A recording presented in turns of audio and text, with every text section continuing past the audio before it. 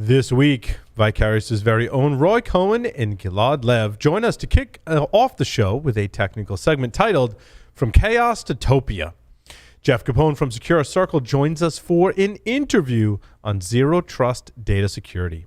In the security news, thousands of unsecured medical records were exposed online. Advanced persistent threat actors target U.S. think tanks. War games for real. How one 1983 exercise nearly triggered World War III. The Supreme Court will hear its first big CFAA case. TrickBot feature allows TrickBot to run UEFI attacks. And Cyber Command deployed personnel to Estonia to protect elections from the Russian threat. All that and more on this episode of Paul's Security Weekly. This is Security Weekly. For security professionals, by security professionals. Broadcasting live from G-Unit Studios in Rhode Island, it's the show where exploits run wild, packets aren't the only things getting sniffed, and the cocktails flow steady. It's Paul's Security Weekly. The average large enterprise has 24 million vulnerabilities. The good news is only 5% will probably be exploited. But which 5%? That's where Kenna comes in. Kenna Security's modern vulnerability management technology combines real-time threat intelligence, data science, and automated risk analysis to prioritize the vulnerabilities that pose the biggest threat to your organization. Team up with Kenna Security and make the most of your limited resources. Learn more at securityweekly.com/Kenna Security. NetSparker, the developers of a comprehensive automated web security platform that includes web vulnerability scanning, assessment, and management. NetSparker's desktop and cloud-based security solutions employ a unique and dead-accurate vulnerability scanning engine that automatically verifies vulnerabilities and provides a proof of concept. For more information, visit them on the web at securityweekly.com/NetSparker. Qualys has brought together vulnerability management and patch management, letting security teams discover vulnerabilities and apply patches immediately, all within a single, unified app. Sign up for a free trial of Qualys VMDR, vulnerability management, detection, and response today at securityweekly.com/Qualys. Hey, and welcome to the show. But first, let me introduce you to a man. When he wears his mask because of COVID-19 rules, he's often accompanied by the phrase of "Bring out the gimp," Mr. Paul Asadori. Welcome, everyone, to Paul's Security Weekly. It's episode number 676, recorded on December 3rd, 2020, right here in G-Unit Studios in Rhode Island. To my left, none other than the doctor. It's Dr. Doug White. I is here. A.K.A. the Plague. Yeah. The Plague. I love your t-shirt. And I thank you for your t-shirt. This is in reference to a recent Paul Security Weekly episode where we quoted an article that said, sometimes the computer just freaks out. Now I have the t-shirt to prove it. That's right. He has the t-shirt to prove it. That really did exist. It's awesome. Yeah. And I love your t-shirt, too. I like it. For those listening on audio, it says, long story, sin ac fin. Wonderful. Microphone. Long story short, Synac Fin. Long story short, yeah, what did I say? Long story short. It wouldn't have been a very good joke if it was just long story. My whole collection of weird network protocol shirts is coming soon from Armani. It's a true nerd stature. I have a collection of network protocol funny shirts. We have a line of colognes coming out too. It's like ACK. When you want them to remember. You should just call it sin. Yeah. Sin. Sin. It's just it's really funny. Sin. Mr. Lee Neely is here with us. Lee, welcome. Rocking his Christmas sweater. Good to be here. Got to break out the first Christmas sweater of the season. It's time. And going to have some fun tonight. Absolutely. Mr. Jeff Mann is here with us. Jeff, welcome. I thought it was just Groundhog Day. What holiday are we talking about? Christmas. Christmas. Oh, my God. Christmas. Well, merry and a happy to everyone. It is Christmas time. Mr. Larry Pesci is here with us. Larry, welcome. Hell yeah. And I'm saving my Christmas sweater for next week. It's going to be special. I wore mine on Monday, so. You only have one? No, well, my Wu-Tang one I wore on Monday, and I dropped the ball. I wanted to wear this t-shirt tonight. Right. Wardrobe is very important here at Paul Security Weekly. It is. Joff Dyer is here with us. Joff, welcome. Who? Me? Oh, yes. Hello. How's everybody? It's good to see everybody. Great on a Thursday night again. Oh my God, It's Thursday. I've had a really good day. It's just good to be here. I also think the best dressed host is Mr. Tyler Robinson. He's always snazzy, and he's got the hair to back it up. So Yeah. Mr. Tyler Robinson is here with us. Tyler, welcome. Well, and he's got hair. And he has You gotta hair. dress how you want to get paid. He's actually got hair. What was that, Tyler? Dress how you got a want to lot of get hair. dress how you want to get paid. Is that what you said? Isn't that how that works? I don't know. You're the Man, dude, I'm surprised you're not wearing like a thong and like pasties then. Like are you? I want to get paid in small bills that are put in. Yes. unmarked small bill. Unmarked small bills. Tyler, are you in the basement? Is that what it looks dark? It is very dark here because I'm trying to wire in some damn smart lights, and let me tell you, knob and tube and smart lights don't go together. Wow. I think you needed to do the knob and tube replacement project first. I started that. Excellent. Quick announcement. Security Weekly, in partnership with the Cyber Risk Alliance, is excited to present Security Weekly Unlocked on December 10th, 2020. The inaugural event of Security Weekly Unlocked also celebrates Security Weekly's 15-year anniversary and will feature talks from Ron and Cindy Gula, Kevin Finisterre, Vivek Ramachandran, panel discussions on API security, social engineering, and diversity, as well as so much more. Contests. We'll be giving away limited edition challenge coins. There'll be a Discord hangout. Hopefully we can all actually talk to each other on the Discord hangout as well, which is a lot of fun. The agenda is live at securityweekly.com/unlocked. You can register for free. All you have to do is register, and you can attend this event on December 10th. Make sure you do that, securityweekly.com/unlocked. This segment is sponsored by Vicarius. Visit securityweekly.com/Vicarius to learn more. Joining us today from Vicarius, Roi Cohen and Gilad Lev. Welcome, guys. Welcome to the show. Hey, Paul. Thanks for having us. Hey, Now- Paul. Great to be here. Nice to have you both. Now, Roy, you've been on the show a few times in the past. Gilad is an IT professional and the graduate of an elite technology unit. No stranger. Oh, okay. That was your whole introduction, Gilad. So welcome to the show for the first time. Thanks a lot. I apologize. We didn't have something more spectacular to say in our introduction. I was hoping for more, but you will dazzle us during this segment. We're talking about chaos to topia, and it was going to be chaos to utopia, but your product is called Topia. So, my guys, we should call it from chaos to topia because Topia helps us identify all your assets and do asset discovery, especially with the software installed on your systems. It helps you do patching, patch management, as well as patchless protection.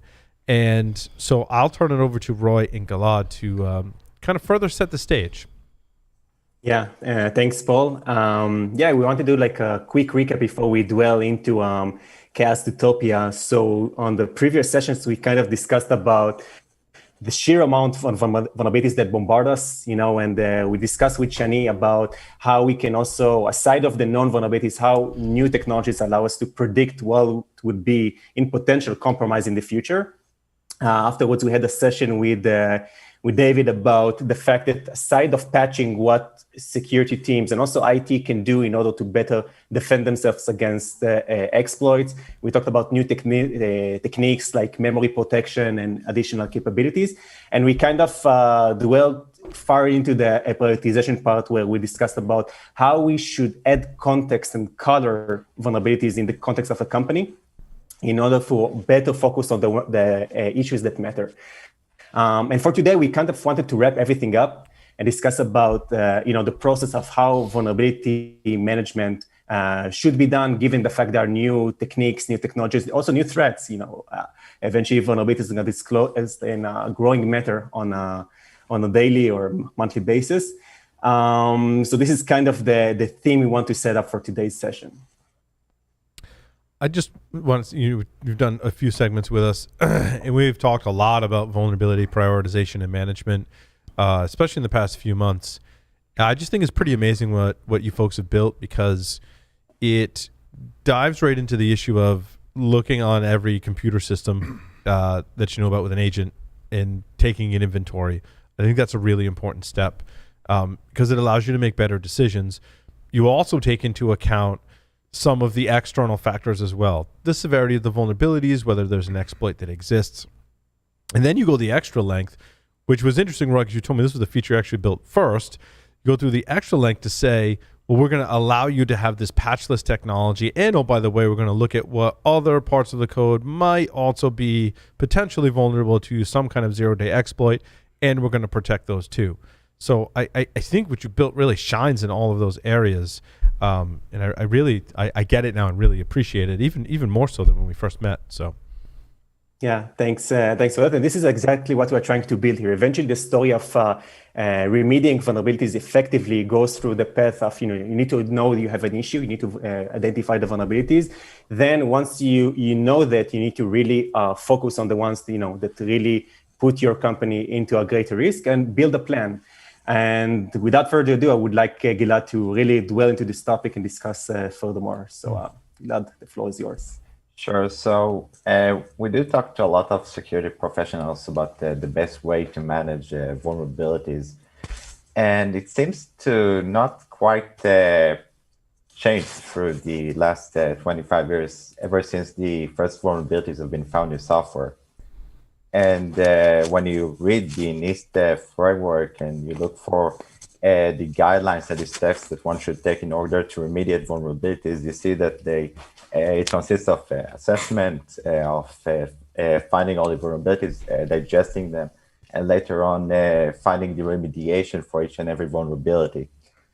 And it doesn't take into account the new technologies that came that might provide you with better capabilities to address this issue much more quickly. So what I mean by that is that you have these emerging technologies which allow you for continuous remediation, for instance. And the old-fashioned frameworks want you to do this assessment, for instance, on a periodic basis, which leave you a bit vulnerable, in the time between the assessments.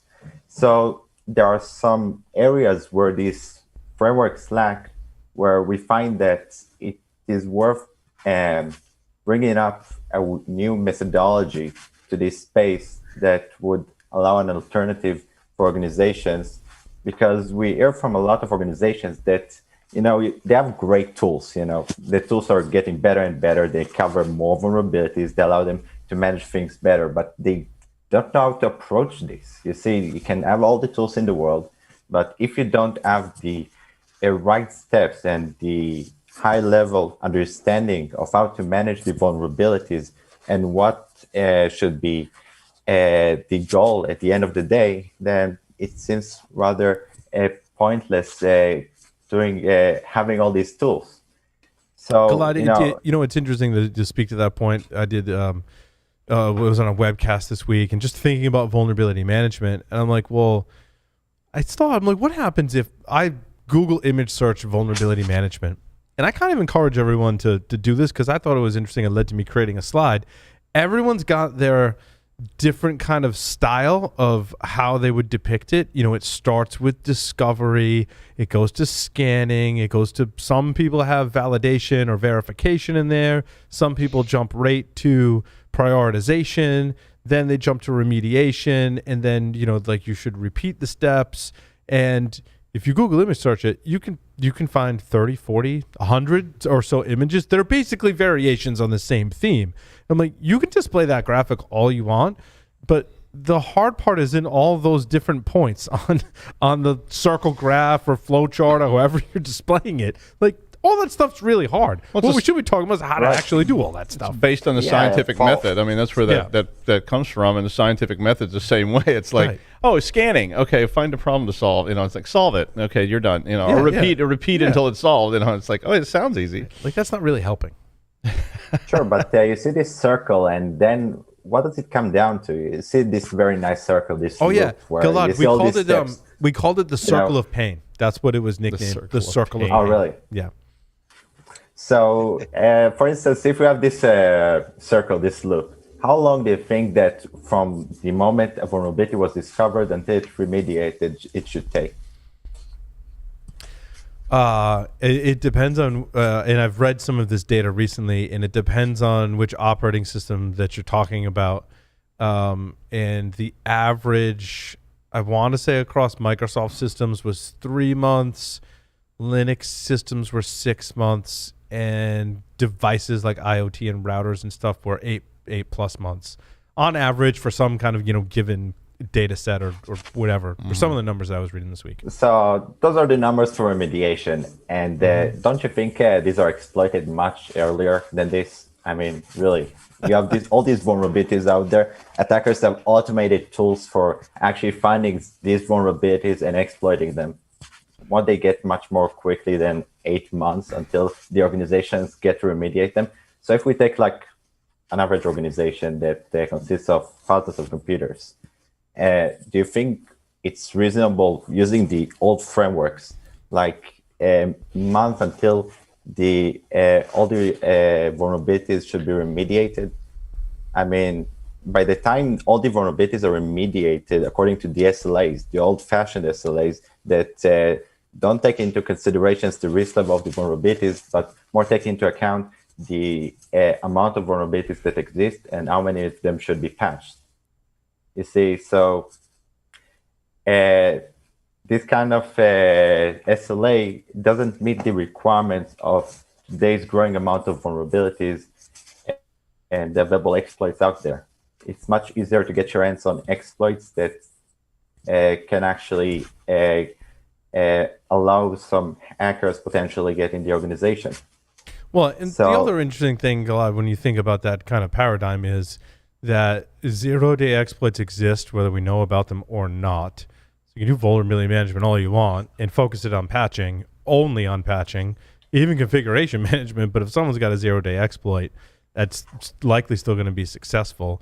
The other thing is, I don't really believe there's an organization out there that can say definitively for any, especially longer time frame, that they've patched everything, which means there's always going to be a vulnerability in one of your systems or applications out there at any given time. And you better just hope that it's ones that have a low likelihood of being exploited or having an exploit created and have a really low impact. And that's, to me, what it really kind of boils down to in vulnerability management is fixing the things that matter and fixing them fast. Kind of the back of your point. What do you think that doesn't allow us, prevents us from actually closing the loop much faster? I mean, you have this process. So let's look at it from end to end. You start off by finding the vulnerabilities. Then the security professional gets a nice list of vulnerabilities. And then he needs to digest these vulnerabilities to find the relevant remediation for these vulnerabilities. That's a stage where he has to take that report that is rendered, that has all the details, but it's a very long report, and send it over to the IT guys for further treatment. Don't you think this might be some systemic issue there? Yeah, I think the process is slow, and I also think that what slows us down or prevents us from installing the patch is the operational risk. The patch could cause more harm than good in that particular scenario. That and sometimes it's just process problems. I mean, a lot of people adopted like these kind of procedures from old mainframe procedures, which involve people signing off on dev prod and all these kind of things, and they want to go through that same process, and it just takes so long to get a review done. And also, I think from the application standpoint, I don't know the best way to phrase it, but for example, when I was developing our PBWorks application, like, yep, that's a vulnerability. I know that's an issue. Whether it was, Git or one of our CI/CD tools going, this library is out of date. I'm like, yep, I know that. I can update it. However, that's X amount of time or work, or even some unknown amount. And just knowing the code, I'm like, I could tell like stuff that had a higher probability of being easy versus really difficult. And I'm like, that's going to have to wait. I got to go through a couple other cycles because I got to squash these bugs. I got to implement some features. Then I can come back around and go update that library and see what's broken and fix it. And I don't know if that's necessarily, that's not operational risk.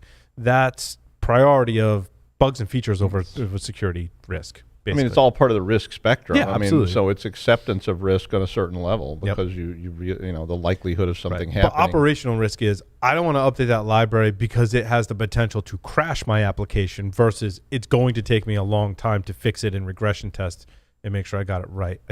Those to me are two different. In my mind, those are two different things. I'm just not explaining as well as I think. I agree with that. I hope it's not a common thing. I hope it's not a common thing, but we once spoke with this client, and well, it was a rather bigger kind of an organization, and we spoke with the person who is in charge of the vulnerability scanning, and he told us, yeah, so I find the issues and then deliver to the IT, and he says, oh, all done, I fixed it, because he knows that to do the full scan for the company takes like 2-3 months, so the next time it's going to bother him, you know, for the validation part is going to take probably a few extra months, so he's like, oh, I'm done, leave me with it, I have an extra mileage up until I can fix that. I hope it's not a common thing though. Yeah. But that's why I'm a fan of having an agent on those systems, so I don't like going through that whole scan process, Gilad, as you were referring to. That process just takes way too long. Yeah. Yes, exactly. I mean, I can show you. It's like this very long process, and it takes a lot of time just going through this. So let me just show you how it can look like for an organization that's not of that big of a size, yet you may find a lot of vulnerabilities within it, just for the mere fact that applications nowadays have a lot of vulnerabilities within them. And we discover more and more of this. So just a moment.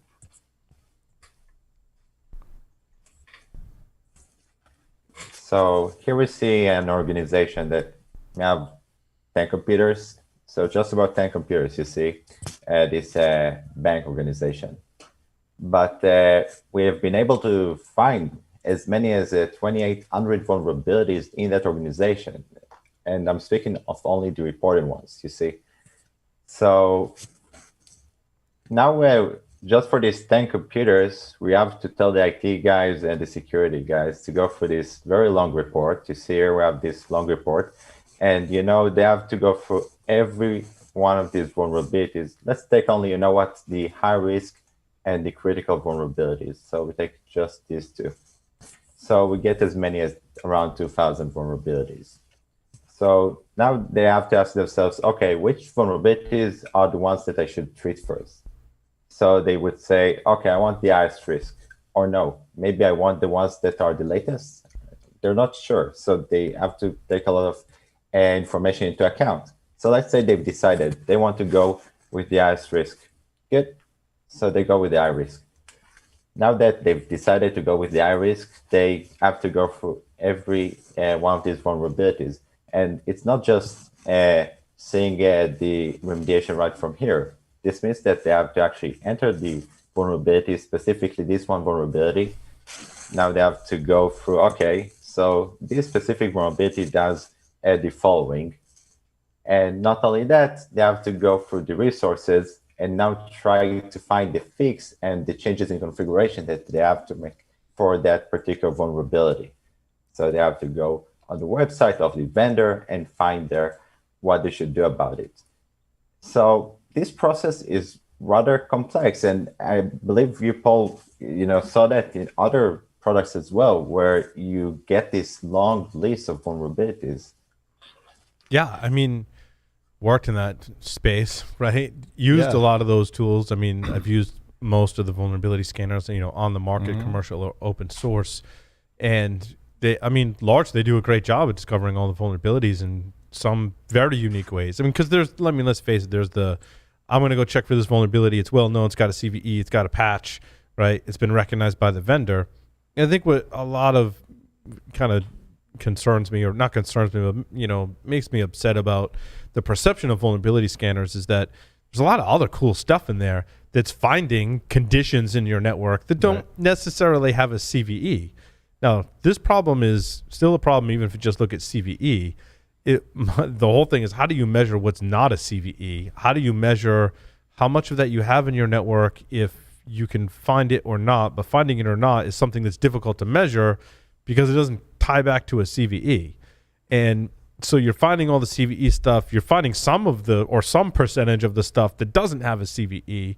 And then you get the big giant report I hand it to Doug and be like, hey, I found all the stuff that's wrong in your systems. You can go fix it now. And then let me know when like you're done with all of that so that I can go back and I can go run that scan again. And instead of a 2,000 page report, now I've got a 1,000 page report, and it takes 3 months every time we go through this cycle. I've been through that myself. Yeah. Painting a bridge. So they get you. Can you tweak the prioritization in this so that I can cause things to be flagged as critical, rather than it just, I'm not sure how that's being determined, if it's just from the CVE scores or the CVSS scores or whatever, or are you using some other algorithm to determine how those things are actually prioritized? Great question. So sure.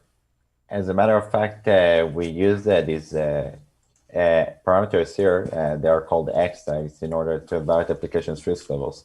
So the information, like Paul mentioned, regarding the networking and all of this information doesn't really help you at the end of the day, because it just gives you more work. They tell you, okay, so we found more information, and based on that information, you are more vulnerable. Go ahead and fix stuff. So that's not what we aim to do here. What we aim to do is to take the amount of vulnerabilities that you get right from here. So it's here, these 2,800 vulnerabilities, and based on various indicators, sources of data that include internal sources of data, namely the information that's collected from the endpoints. That includes the network activity, the applications activity, and the permissions with which the application runs. We take such information from the asset itself and from the vulnerabilities, so the CVSS score, and from external sources such as exploit databases, to give us a comprehensive amount of information that covers all the aspects of the vulnerability, to get us better insights to the risk levels of the vulnerabilities. So we take all these different pieces of information and we combine them in such a way to ultimately reduce it to very few applications that you actually need to remediate. So Paul said at the beginning of the conversation about a situation where you have some vulnerabilities, and these vulnerabilities go unpatched. So what we say is, in the case where these vulnerabilities are not high-risk vulnerabilities, in a large organization where they have thousands of vulnerabilities, it might not be an issue. Maybe if there is, let's say, a server that runs an application, not runs an application, has an application, and that application has a vulnerability, that vulnerability might be of high risk. But if that application never seems to run on that server, and we are able to detect that, maybe it's worth fixing other vulnerabilities first before we get to that specific application that never seems to run on that server. And such kind of insights you can only gain by actually monitoring the activity specifically on that endpoint. So to your question, we do use our own algorithm to assess, using these various pieces of information, the risk levels of the applications on the assets in the organization. So based on all these different pieces of information, whether it is the CVSS core, whether it is like an exploit that exists for a specific vulnerability, we're able to actually get the application's risk level. So we see here at the application's risk level, and we want to look a bit more into the application to understand why it has this risk level. So we can see here the exact data that was being collected for that specific application in that specific version. So we can see it right for instance, that this application happens to have a vulnerability that's associated with this. And we can also see that in terms of the process, what we want to achieve is, in terms of the vulnerability management process, we want to first see all the applications. We want to see the inventory. We then want to see all the vulnerabilities, whether they are known vulnerabilities, which are CVEs, whether these are some unknown vulnerabilities, some vulnerabilities which are found in the software based on past patterns of vulnerabilities in other software. So you want to see that. You want to have the coverage. You do want to not have false positives that some scanners may have. So you do want to have all this, but you also want to reduce the amount of vulnerabilities that you actually need to remediate. So in the process of managing it, you want to continuously find new vulnerabilities in the software as the software is being installed, and not just in the time frame when the assessment takes place. And then you want to be able to get a score of that vulnerability as quickly as possible in order to have it remediated. And that leads us to the remediation. So on that case of this application, what we can see is that we do have a remediation for that particular application. And that is a touchy subject, specifically in this field, because the question is, and I want you guys' opinion on this. I mean, we should actually conduct the patching, because is it a security thing or is it an IT thing? I think it should. That's got to be an IT thing, right? Yeah, because agreed. they're the asset owners. I mean, typically, you don't have the. I mean, I've never had the authority to go in and start patching without getting at least getting approval, and I would think IT would be doing that. Got to get your change request form in, Doug. Yeah. Yeah. Your TPS. Security should verify and validate those particular areas after that's done. Right. But yeah, I wouldn't want to have to do that. I see, but on the other end, where you see so many vulnerabilities inside your software, and you as the security guy are aware of it, and you know the exact information about this, would you want to hand it over to someone whose this task is not his main priority? Well, I mean, I kind of do, because I don't really want to, as a security professional, I don't want to get saddled with trying to ascertain all the implications of me patching an app on a server that affects 10,000 employees that somebody else is going to have to support. Yeah, let the IT department do it, because they know where the that's what I mean. I'm saying, so the it's IT like me people. With the code, like I want to be the one to apply if it's my code, I should be the one applying the patches, because when it breaks, I know hopefully in my code, right? You know, and I mean, that's how programming group worked, because if and I'll equate it to QA, but if QA looked at our code and they said there's 2 places in here where somebody can make a horrible mistake, they didn't fix those mistakes. They sent them back to programming and said that needs to be corrected. And then, it would have been, go, oh crap, there's actually 23 places where. Glad they didn't see all these. Right. Yeah, the QA should take over all the process. So, yeah, that's pretty much the way in which it works in organizations, where you have the separation between the security and the IT. And the question is, how these guys can work better together in order to reduce the time from when the vulnerability is being discovered until it is remediated. Yep. And there are a lot of ways to achieve this. One is by using the same system, which allows you to get the end solution to this. So in case that you do see a vulnerability, you can actually have it patched right here. So you basically go and have it downloaded from the vendor's website. So you can choose specific patch for the specific application, and then you can have it applied to the relevant servers in the target organization. So you can choose whether you want to do it today or to do it at such a different time based on your time of convenience. So this is something. Gilad and Roy, I mean, to that end, what I just want to cut to the chase, right? Because we know that friction is created when security says to IT, you got to apply this patch, and IT goes, no, I don't want to apply this patch. And then you're like, no, you really should apply this patch. And IT says, no, we're really not going to apply this patch. And then you go to your boss and you're like, so we've got ransomware, right? We all know like potentially how it could go down.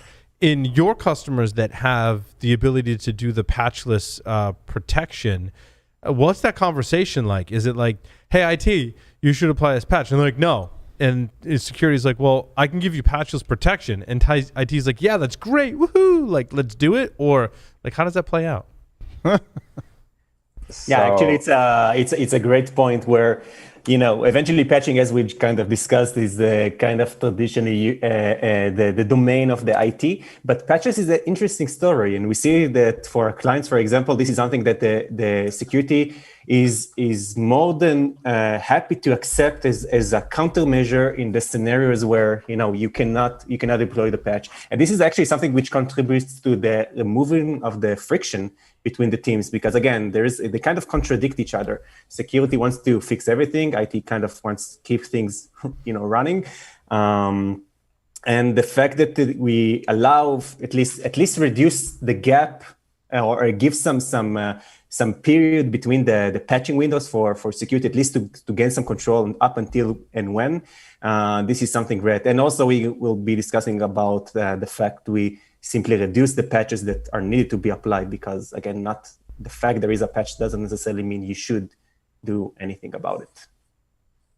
And so, but are IT teams receptive to this patchless technology, or like when you first explain it to them, do they have, like, what's their first question? I would want to know what's their first question if, like, I go to an IT team and say, well, of course. Yeah. Eventually, like, the IT's biggest concern is, like we discussed before, was in regards to operation.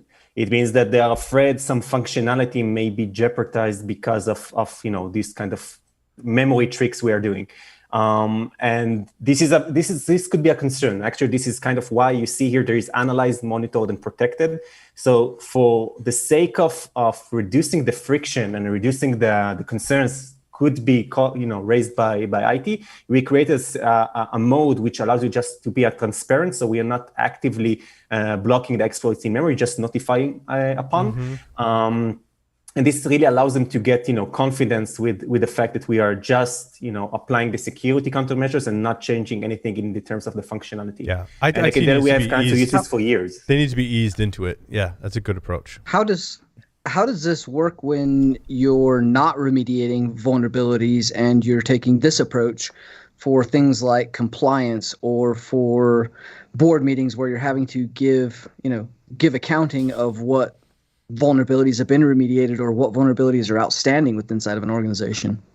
Actually, it's a great question, and eventually, I think in terms of compliance and regulations, it's not yet fully adjusted to new technology, patches protection or virtual patching or some other corporate scanning control. Because eventually, when you're going to scan your devices, and you go to the registry or to the disk or whatever technique you're using, and eventually you get a version of an application, and you compare this with a known vulnerability database, for example. So you cannot go around this. Eventually, there is a vulnerability. It doesn't matter all the configuration changes and all the additional countermeasures. So today, in terms of the audits, it's not yet evolved to the point that if you have some corporate scanning control, it could be tagged as resolved. Using our system, we can generate a report which shows you what exactly is left open. And this is how we we can help companies in their audits. But again, it's a good point, and it's something that hopefully will be evolved in the future in the sake of regulation and because there are more patches being released and more software releases. So it's something that I guess the market should adapt to at some point. I had another question, and now I lost it. Let me ask you. So all this, to make sure I understand this, so all these agents are filtering down at the system level to prevent these things that haven't been patched. Is that something that's going to cause like a lot of bottlenecks and problems as that piles up? Because my suspicion is going to be that as IT says this is cool, we don't have to patch these things, and they're just going to leave them laying there. Does that start piling up? Yeah, no, they have ASLR, but they still apply the patches, right? And this is, you still have to. Well, maybe not. Well, no one patches anything.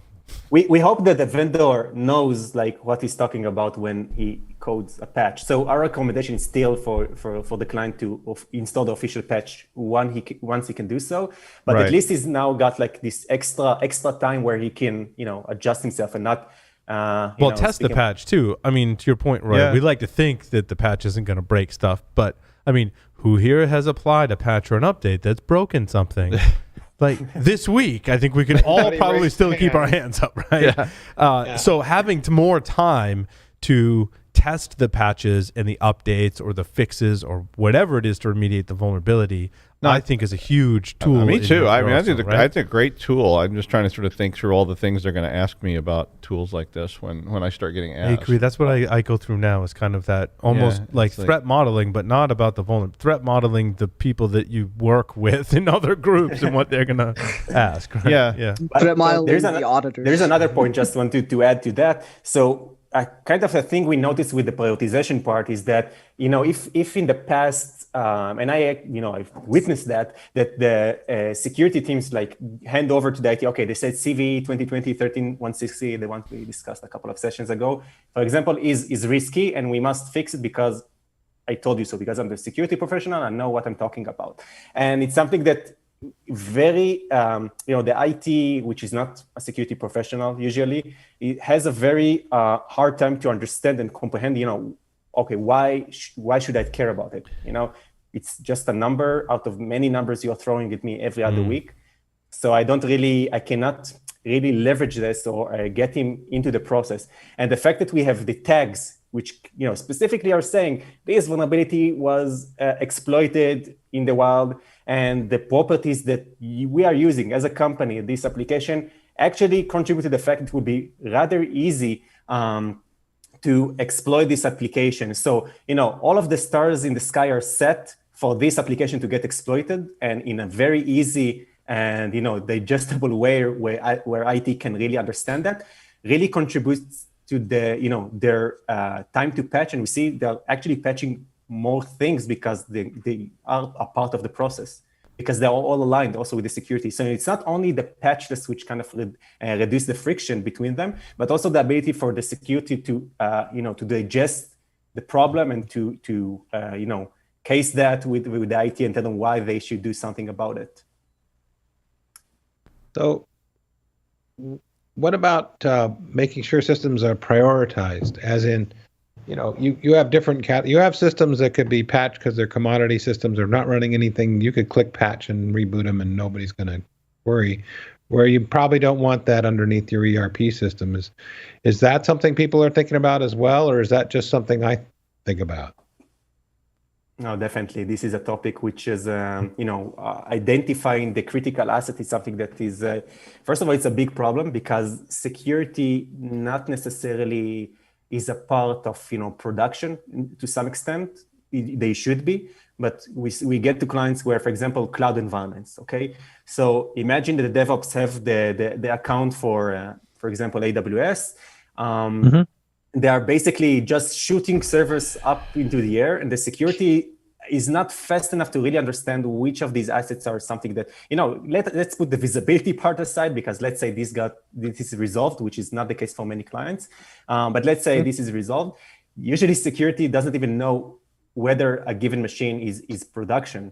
So it's also a big pain, again, we had a few sessions before where we discussed like pen tests. Sometimes it's very hard for a pen tester to really tag the assets which are mission critical, aside of maybe, the best thing you can do, it's like by the name, the DNS name, you can try to assume maybe it's a production machine, but that's kind of about it. So we are tagging information based on activity as well, things that we can assume to be a production or critical machine. Again, it's not perfect like anything, but it's better than But also too, Lee and Roy and Lee, especially to your point, I think the level of exploitability certainly factors in. Sure, I may have some mission critical SAP servers. Does that mean every time there's a vulnerability of any criticality level, everyone needs to drop everything and patch it? Probably not. Now, Roy, to your point for the pen tester, patch the stuff that is easily exploitable or known to be exploited in your SAP systems. A lot of the other vulnerabilities may or may not matter. You may want to patch the ones that could lead to exploitation, but I think the path of pen tester, especially Larry, Joff, Tyler have described, are the way I'm going to get into your ERP system is I'm going to phish a user, social engineer, and get malware on their system. And then I'm going to put maybe a keystroke logger and watch them log into the SAP system, and then it's game over, right? A totally different path, right? Vulnerability management still plays a part in that role, but maybe not in the same way of every critical system we have to apply all of the patches. Every critical patch, like every critical vulnerability, I have to apply immediately. I think these extremes really don't apply. And there's a big chain there too of there's a vulnerability, but there's also remediation in between that vulnerability and the world. And like Roy was on several times before talking about prioritization of these vulnerabilities, and you may decide the risk isn't worth the return if you start patching some elaborate server and you go, well, we really, we stuck a firewall out there, and that's going to have to do for now. I mean, hopefully this won't happen. Right. We can't afford this fix this week or this month. I mean, that's reality. The other thing I was thinking about with categorizing machines is you can take the number of machines that you have to do more analysis before you patch or update them down to a more manageable set. Let's say we categorize all desktop machines as commodity, and they get the patches every Tuesday regardless. There's no exceptions here. And maybe you have infrastructure servers that are running, they haven't got anything custom. You can just patch them. And then you get down to services that are more complicated, irrespective of location.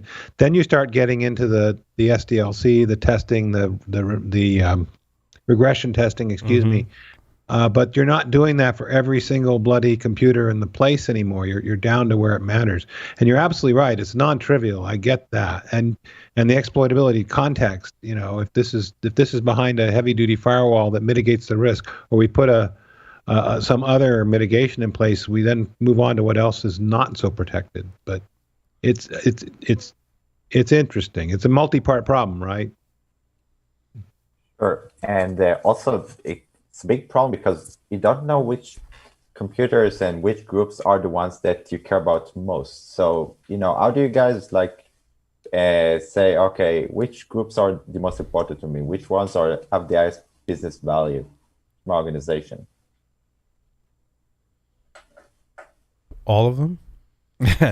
All of them? I mean, the critical ones and all the ones that have access to the critical ones.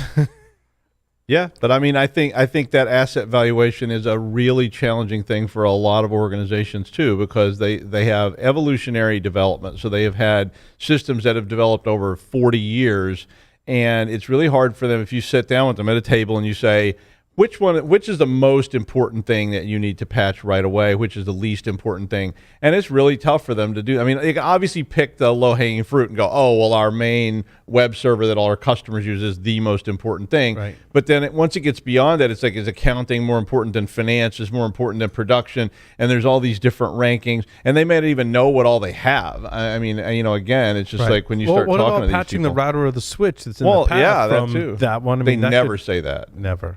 I've never ever had them say the router or the switch was important, and that's a good. I'm going to remember that too, because I'm going to go. No one ever says that. I'm going to go. Okay, go unplug I'll say unplug the router right now. It's obviously not important. But even the network team doesn't say that because they're like, crap, I don't want to update firmware. Exactly. If you've ever had to do that, it's horrible. Oh, right? it's horrible. It's horrible. And the routers are buried in a closet somewhere under a bunch of old gear. The only way I got teams, like when I worked for the university, to do that, Joff, you can relate to this, was I read up on it and learned as much about networking as I could, and I'm like, I'll help you.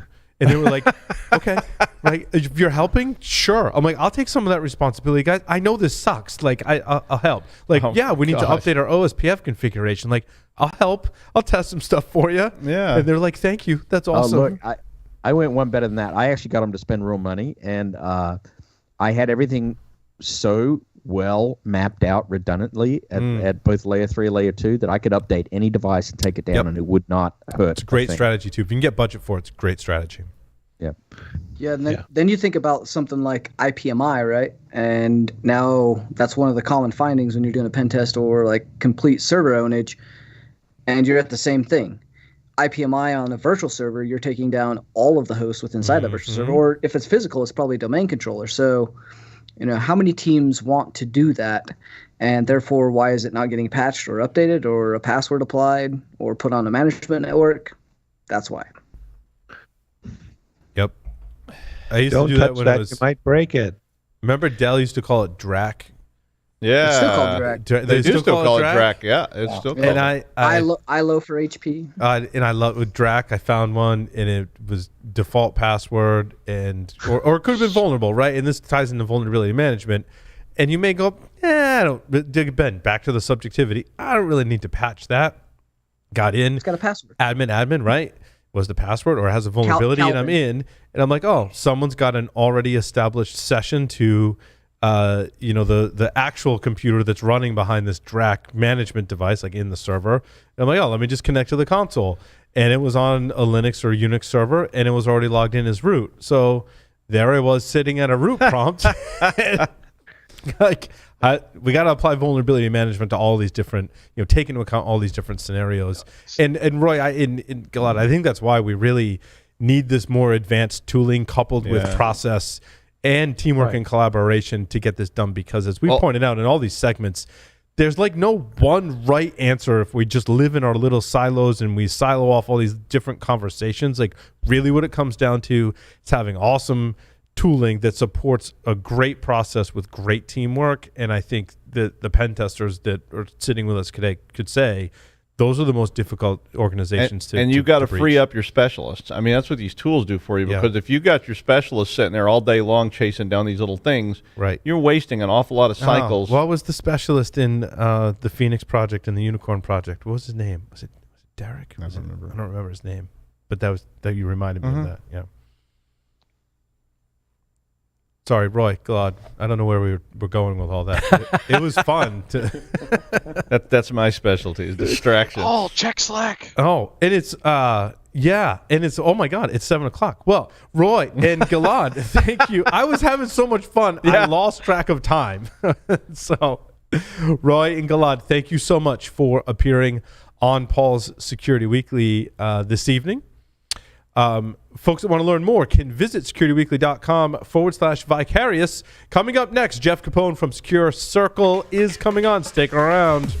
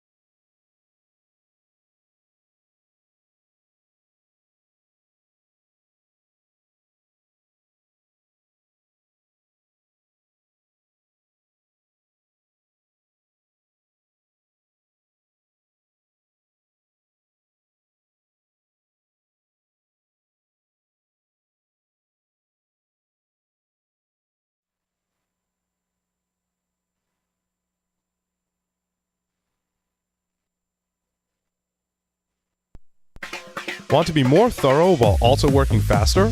It doesn't matter if you're on the red or blue team, an augmented reality overlay can enable you to be more thorough and faster at the same time.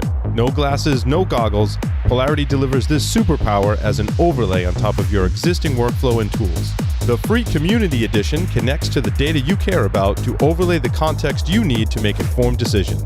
Apply for early access today at securityweekly.com/polarity. Hackers attack systems that are not patched. You need protection, but virtual patching isn't working. That's why you go patchless. Topia analyzes, prioritizes, and remediates vulnerabilities before they're exploited. Even the 0 days, all from one interface. Security gets better memory defense to complement endpoint strategy while improving overall vulnerability management and compliance. Adopt a hacker's mindset, eliminate vulnerability. Get your 30-day free trial at securityweekly.com/Vicarius.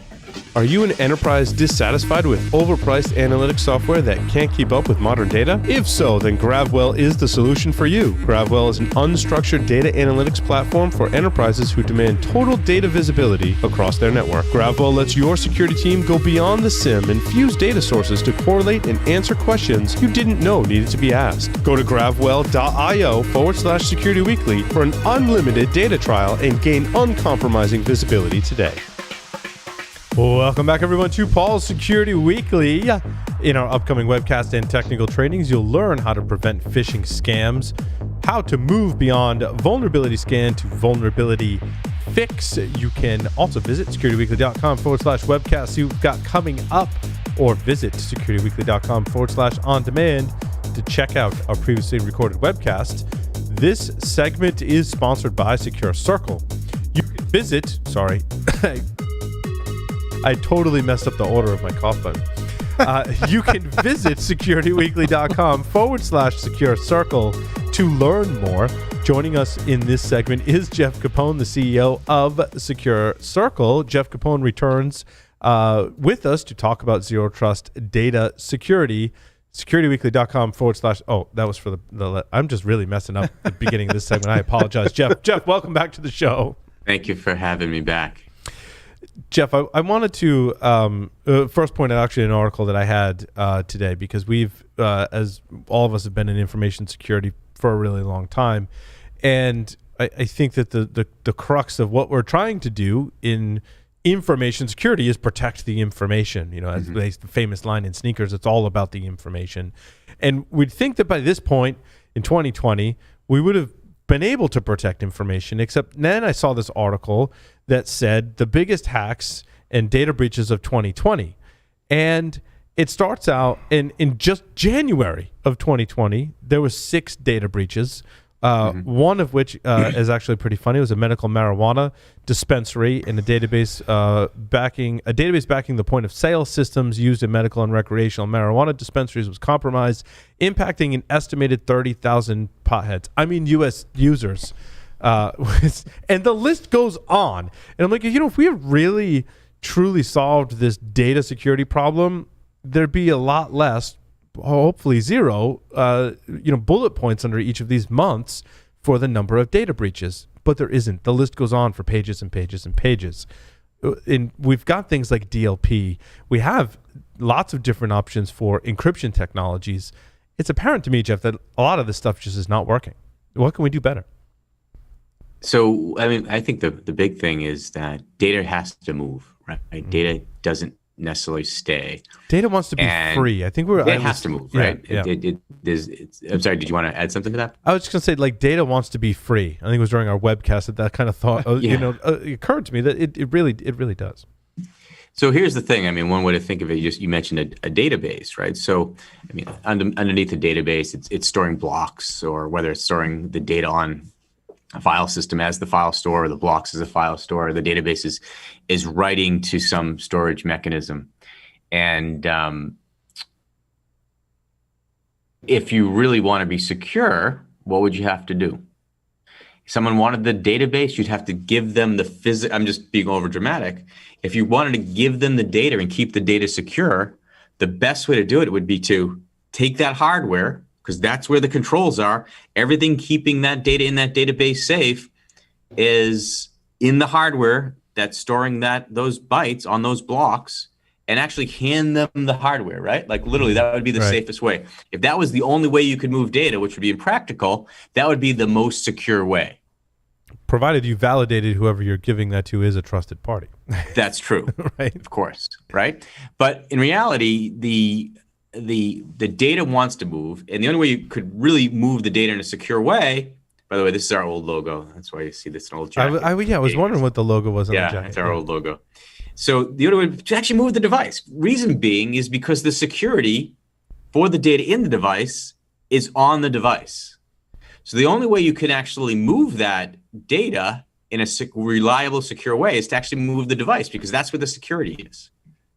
But that's not practical. Data has to move, and data wants to move, right? So if you start thinking, well, what am I moving when I actually move data? Well, I'm moving bytes. Well, why can't I keep those bytes encrypted while they move, so that I'm effectively moving the control with the data, right? So if you want to think about moving data, you can start actually think about moving the physical device, and then seeing, okay, how can I virtualize that device in a way which really is the file system, so that when I really move the data, what I'm really moving is some virtual hardware, right? Oh, that's interesting. Right. So why can't I make the file system sort of portable, if you will, right? And if you think about what data really is when it's on some sort of system, just take a file as an example. What's really the file? It's the blocks underneath the file that actually make up the data, the actual physical media, or whether it's hard drive spinning or it's SSD. There's some sort of physical media under there that's actually doing the work of storing the data.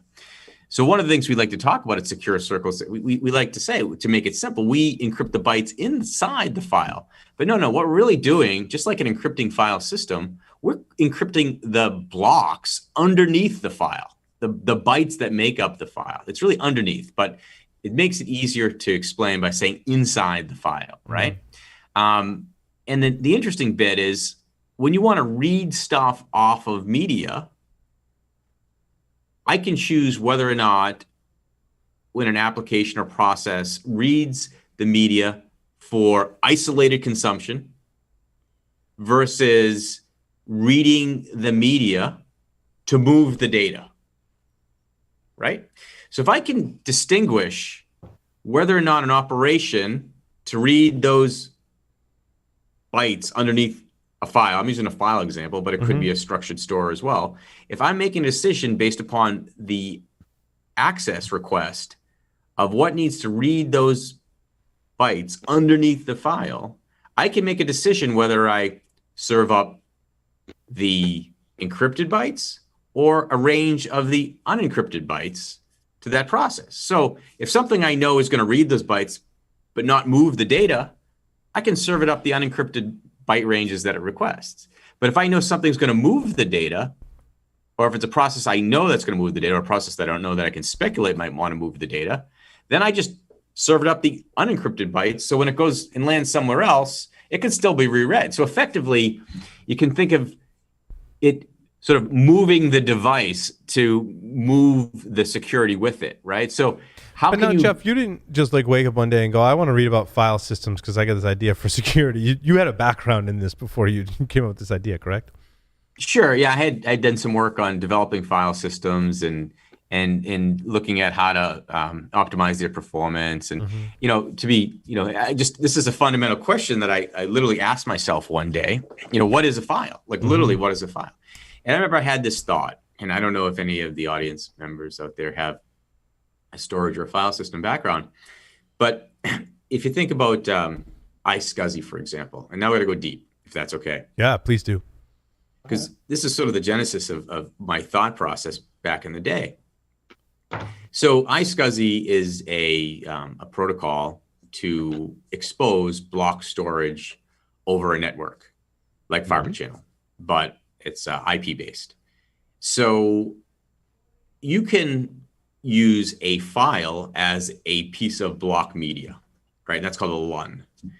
So theoretically, I think my MacBook here, I could create a file on my MacBook, which is really just reserving a bunch of blocks on my SSD inside my Mac. And then I can expose that LUN, which is really just a file reserving blocks on my hard drive on my Mac. And it can expose those blocks, which really are being reserved by the file on my Mac, over a protocol called iSCSI, right? So it's SCSI really over a network is what iSCSI is. And SCSI is the protocol you use to read your actual local drive. But instead of reading your local drive with SCSI, you're reading this remote drive over your network using an iSCSI protocol. Okay, so I have my LUN on my Mac. I expose that LUN, which is really just a file, but just a bunch of blocks really on my Mac, over iSCSI, let's say back to a NAS. So the NAS now sees this disk, which is really just a file on my Mac, as block storage. So it can go and format a file system. Let's say it puts ext3 on that file. It's a Linux NAS. It puts ext3 on that LUN that I just created, which is a file system that's on the Linux NAS. And now that Linux NAS exposes that a folder on that ext3 volume back to my Mac using, let's call it SMB protocol. So now I mount that SMB folder, call it Jeff's folder, back to my Mac, right? So I have this kind of loop, right? I have a LUN on my Mac. I expose that LUN over the network to a file to a NAS. It formats a file system on this block media, which is remoted into my NAS. And then I mount it back to my Mac. And now my Mac has a folder mounted to it. And I save a file to that folder. So the question is, where is that file? Is it on the NAS or is it on my Mac? Right? Yeah, I'm not. So I actually don't know the answer to that question, Jeff. Where is the file?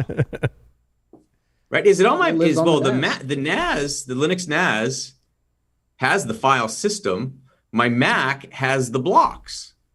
So I mean, it's on your Mac because your Mac has the blocks. But can it read them? Right? Let's say the Linux NAS encrypted the volume, which was my LUN. Are you saying could the Mac read the file? No, the LUN on my Mac is just a file. Yep. Right. Exposed over iSCSI to a NAS. Okay. The NAS takes that LUN, which is really just a piece of media, as a share, and formats it with a file system. Okay. And it could be an encrypting file system. Yep. I could turn on encryption on the NAS. So the blocks that are acting as storage on my Mac are encrypted by the NAS. The NAS puts a file system, an encrypting file system, let's say ext4 or ext3, if that supports encryption. I'm not sure if it does, but I'll just pretend it does. And then I share that folder on that file system on my NAS back to the same Mac that's hosting the LUN over iSCSI. And I save a file to that remote share, which is kind of remote because it's on the NAS and it's exported over SMB or shared over SMB. But underneath that SMB folder is the ext file system that lives over the NAS. But underneath that ext file system is really the blocks that are on my Mac. So the Mac wouldn't see the blocks directly, but they're there. Well, they're there. They're there, so they're just accessing them. But I mean, in the file system, you wouldn't see them because they're just blocks. But you would see the file that is reserving the media on my Mac as a LUN. I'd have to declare that file on my Mac called LUN1. Okay, yeah. Then right? You would see that would be reserving the media on my Mac so that I could present it as a piece of block storage, a LUN, to my NAS. Yep. Right? NAS puts the file system on it and then shares it back to me over SMB. Right. So what I've effectively done is I've separated block storage from the file system. Yes. Right? The blocks live on my Mac. The NAS, the file system lives on my NAS. And now I can truly control access to data that's really on my Mac. So now we come to this philosophical question: what is data? Does the Mac really have the data? Maybe. Well, there's no real storage on the NAS. How can the NAS have the data? So the data must be on my Mac. So now I can control access to blocks or bytes on my NAS by something remote over here, the NAS. Yes. Well, What does the overhead look like for that? Has control over local data that's on my Mac. Well, in Jeff, I think you should also then segue into how the product works, because you've told me how the product works, and now that you've told that whole I don't do this in the product, right? But conceptually, it's an easy way to explain. Now it makes how more you can separate block storage from a file system. Yeah, I'm putting all the pieces together in my head, and I think that's probably where Tyler and Doug are questioning is how did this tie into how? We don't implement it like this. No, conceptually, it's the mental journey I went down before we started this whole endeavor. Right, so you ask yourself a lot of fundamental questions like, what is a file? What really makes up a file? What makes up a file system, right? And how to really separate those two things so that data can move around, but access control can still be centrally managed. Mm-hmm. And then, Jeff, how does it work today? And you've given great examples on how you protect source code and other things. How did you take that concept, right, and then turn it into a way to protect data today, independent of basically where it's stored?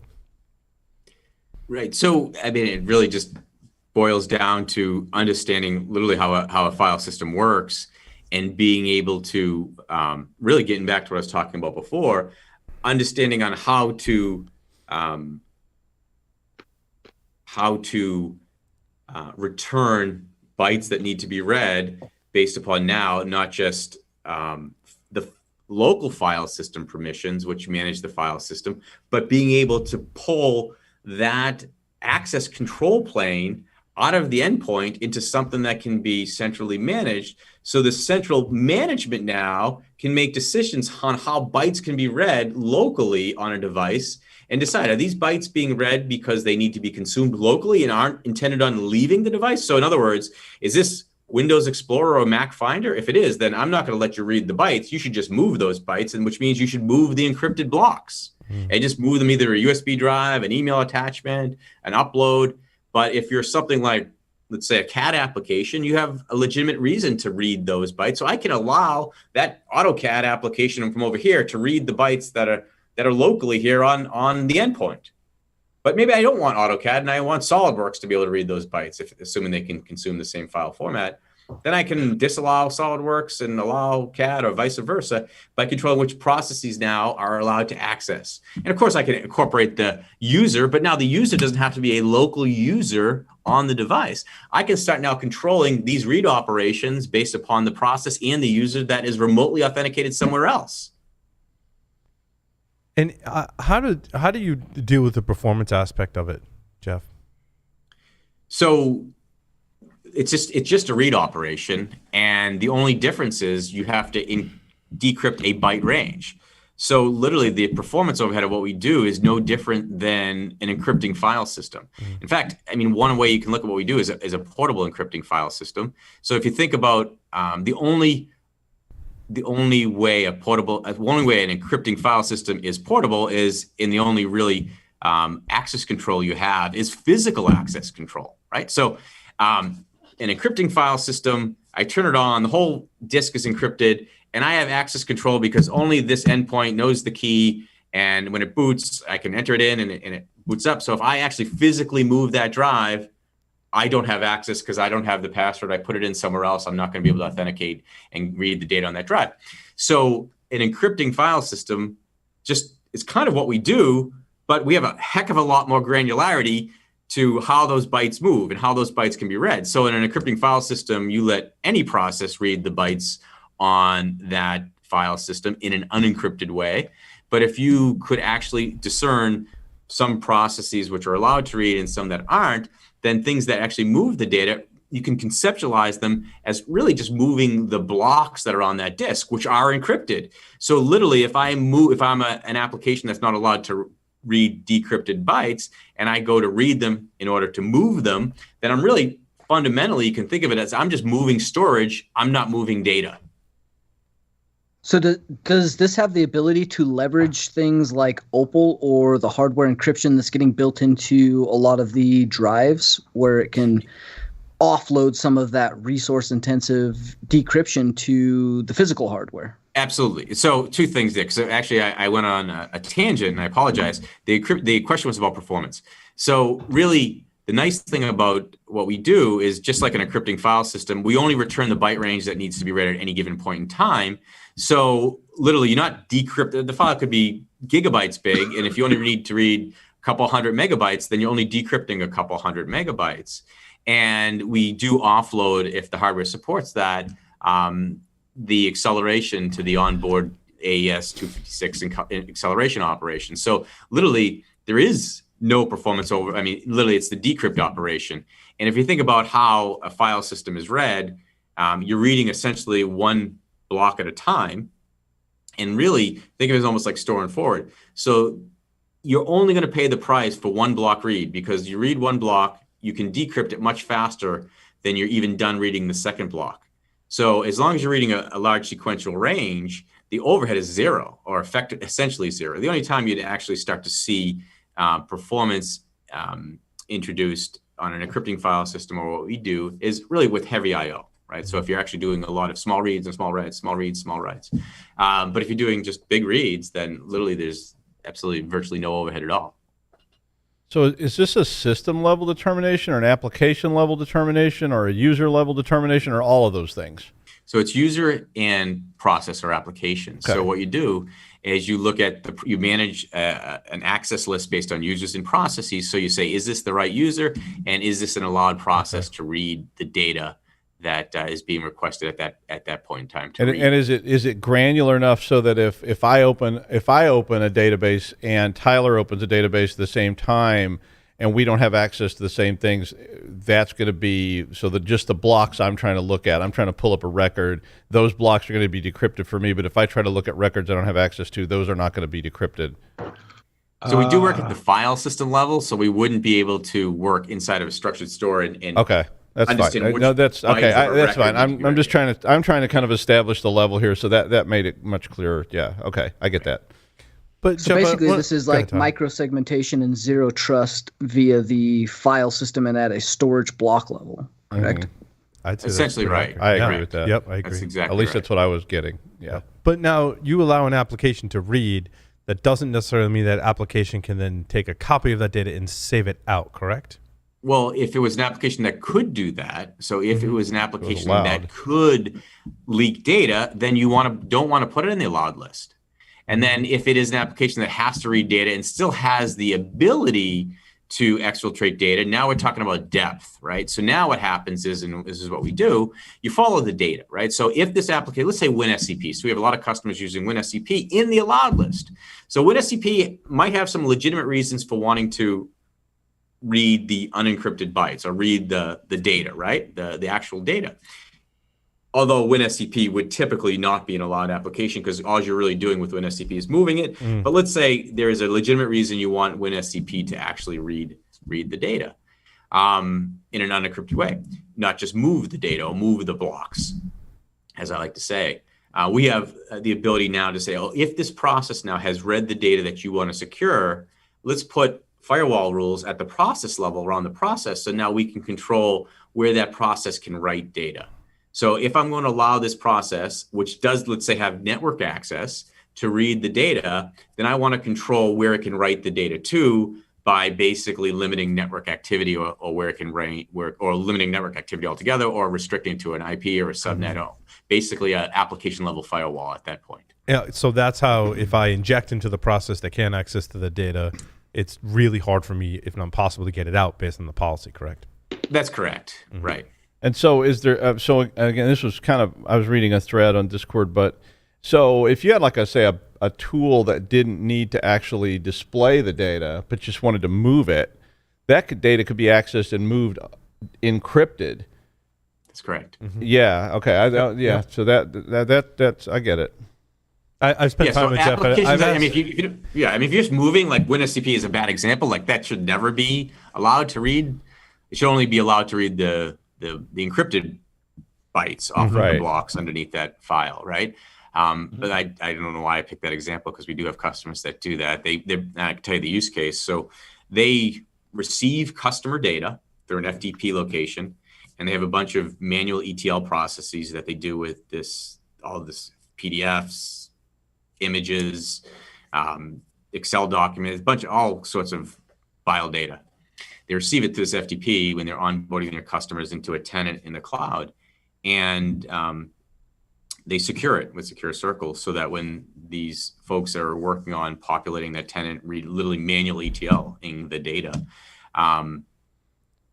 it's always secure and only available to those applications. So if it ever does exfiltrate out of their environment that they're working on to onboard the customer, all that data that went into the FTP server is automatically protected. So then they bring it out, it's encrypted, they use it uninterrupted because it's the process and applications they want to use to read the data still can read it as they normally would. But if something moves the data out of that environment, they call it a clean room. If they move it out of the clean room, then it's garbage, right? Because those devices or users wouldn't have access to read those encrypted bytes that now land on these foreign endpoints. But they do have use case for having WinSCP in the allowed list. So what they do is they need to get the data back to their end customer. So their objective is to keep their customer data, always secure when it's in their possession, have a full audit trail of that data, be able to destroy all that data and any odor of that data that they left behind after they onboarded the customer by essentially destroying the keys. But when they give the customer's data back to the customer, it's the customer's data to keep their own data secure. So they actually have WinSCP allowed to read the data in an unencrypted way and copy it back to that FTP server so the customer can go and pick it back up. Ideally, we would have liked them to have their customers get SecureCircle installed as well, so that they could continue to secure their own data once it's back in their own possession. But our customer in this particular case wants to show them that they're a good custodian of the data they receive, and they can supply a complete audit trail and revoke access to any data that they had created, even derivatives. I think I'm not sure we've talked about how we handle all the derivatives that get created from all this data that's received. But they can destroy all that, all its copies, all its partial copies, and everything else just by destroying the keys and give it back to this. So that's an example, a long-winded example of when SCP would be in the allowed list in that case. I'm always asking Jeff and his team like all these creative things. And largely what it came down to is I can stand behind the user or have the user take pictures of their screen with their cell phone, right? That's only going to get you so far in data exfiltration. But Jeff, if there's malware on the system that's taking screenshots, does that still works? But that's almost self-limiting in and of itself because it's very time-based and only taking a snapshot of what's on the screen at any given time, correct? Yeah, and we are releasing controls so that if that window is containing data that you want to secure, then operations on that window can actually be allowed or disallowed as well. So it's about following the data through the endpoint and putting controls. That's more of a depth control around the item. In this particular case, it could be the clipboard that's holding an item you want to control. It could be a window, right, that's actually having the data that you want to control. And so depending upon the processes that are allowed or not allowed to basically do operations on that window, you can define those as well. So that's more of the depth based. But one of the things we really always like to talk about is the breadth, because really saying, do you support SolidWorks? Do you support this? It's like saying, does a file system care what data is being written and read to it? It really doesn't, right? I mean, if you want to get into the nitty gritty, we even support memory maps. So even if a file is secured by SecureCircle and an application wants to read it to execute it, it can. If it wants to read it to memory map it, it can. All those operations work with data that's protected by SecureCircle. And we have to, right? Because if you think about source code, which we've talked about on a few episodes, a lot of IDEs and build tools will memory map files, configuration files. I'm not so sure if they actually will memory map source code, but definitely they memory map configuration files and these types of things. Well, they also don't require that you, in the old days, like hit Control S all the time. Like I noticed when I use PyCharm, for example, it automatically saves stuff. Like as I'm making changes, it's interacting with the file system to basically just keep saving that on the fly, which I still being old and curmudgeon-y. I don't trust. I'm still like got my VI emulation mode, and I'm like :W all the time to save a file because I don't want to get out of that habit if I'm not in PyCharm. But they're interacting with the file system in also a very specific way, correct? Right. But so what about complexity of the access controls? Is that is that a big enough problem, or are people really they get them starting simply? Yeah, I mean, so you can get them. I mean, really, what we do is this kind of goes into where is your data type of concept, and for the most part, I always mention it's not like users are generating PCI or PHI or HIPAA data on the endpoint. It's coming from somewhere. So when it comes to where's your data, it's for the most part people can point out where their data is. Do they have to go out and discover? I like to joke around and say, well, if I gave you a discovery tool, where are you going to point it? So wherever you're going to point it, you've already discovered it. So one of the things we like to talk about is, what type of control do you want to have over your data? So getting back to the database example, as long as the database data stays in that physical device, the hardware, it's secure. It only becomes a problem when the data is going to leave. And that's when exploitation happens. So that's actually where we come into play, right? So we say, okay, you do a great job controlling access to that front door of the house being the database in this example. You make sure you validate the user, check their ID. Okay, you can come in. You let them in, and you let them take things from you because you hope they're going to do the right things with the things they took from you, but you've lost control of those things they just took out of the house.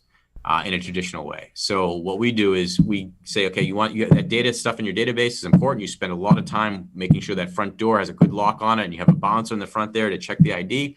So why not just extend those same controls you have over the data while it's in that structured location as it moves in an unstructured way onto endpoints.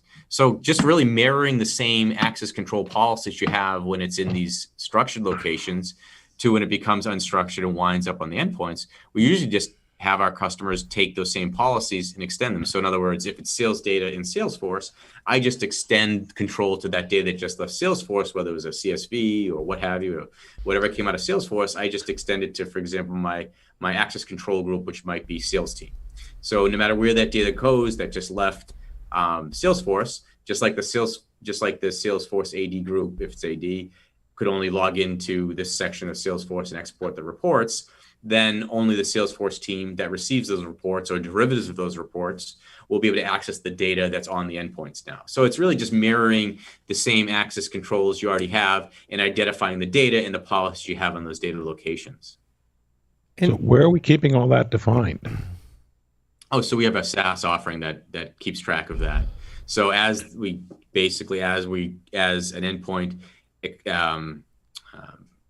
ingresses, if you will, the data that's egressing out of these locations, we take an inventory of all what's happening, and all that data is being stored. The metadata about the data, so to speak, is being stored so that you can have, or our customers can have, complete access control now over that information now that's went from a structured to an unstructured way and now is on an endpoint. And Jeff, how does this play into the ransomware threat? Yeah, we get that question a lot. So there, in my view of ransomware, there's two parts to ransomware. I'll encrypt the data that's on your endpoint or on your server, and I won't let you have access to it until you pay me. So the solution to that is proper backups, right? So if you're taking proper backups, then you can get the latest version. Depends how quickly you're doing your backups and how frequently, I should say, you're doing your backups. But that's the best solution to that aspect of ransomware.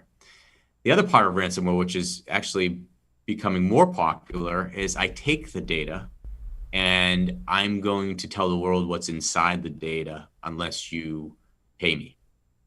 So we do a great job protecting against that threat, because if ransomware is a process that's not an allowed process and reads data off of your device, all it's read is encrypted blocks. And unless it's a trusted device and a trusted user, then it's not going to be able to in a trusted process, it's not going to be able to read anything that it just took from you.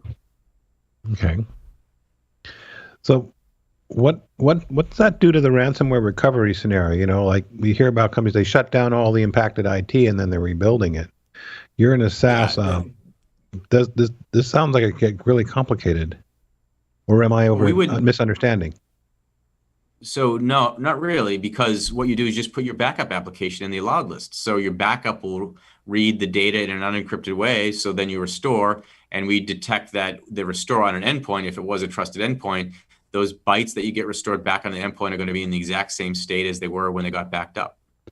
Okay. When I say that same state, I mean the encrypted state. So whatever you're using for a backup utility, you make that an allowed process. So the backup is unprotected. And then when you restore the backup to the endpoint or the server, we'll recognize that those bytes are something we've seen before, and we'll protect those bytes just like they were before they were backed up. So I don't have to go back and reconfigure your service once I've recovered. It says, hey, I know I've seen this before. We're good to go. I'm back where we were. Exactly right. Okay. So basically the trick there is just making sure the backup application is in the allowed list. In fact, a lot of people ask, well, how do we divorce, right? It comes up every so often. We buy into your world and we protect all this stuff. Well, how do we divorce from you in case we don't want to use it anymore? And the simple answer is, just put your backup application in the allowed list, and then all the copies of the data that are taken off of the endpoint or off the servers is not protected any longer by SecureCircle, because you just moved the data, and with that move operation read the unencrypted bytes.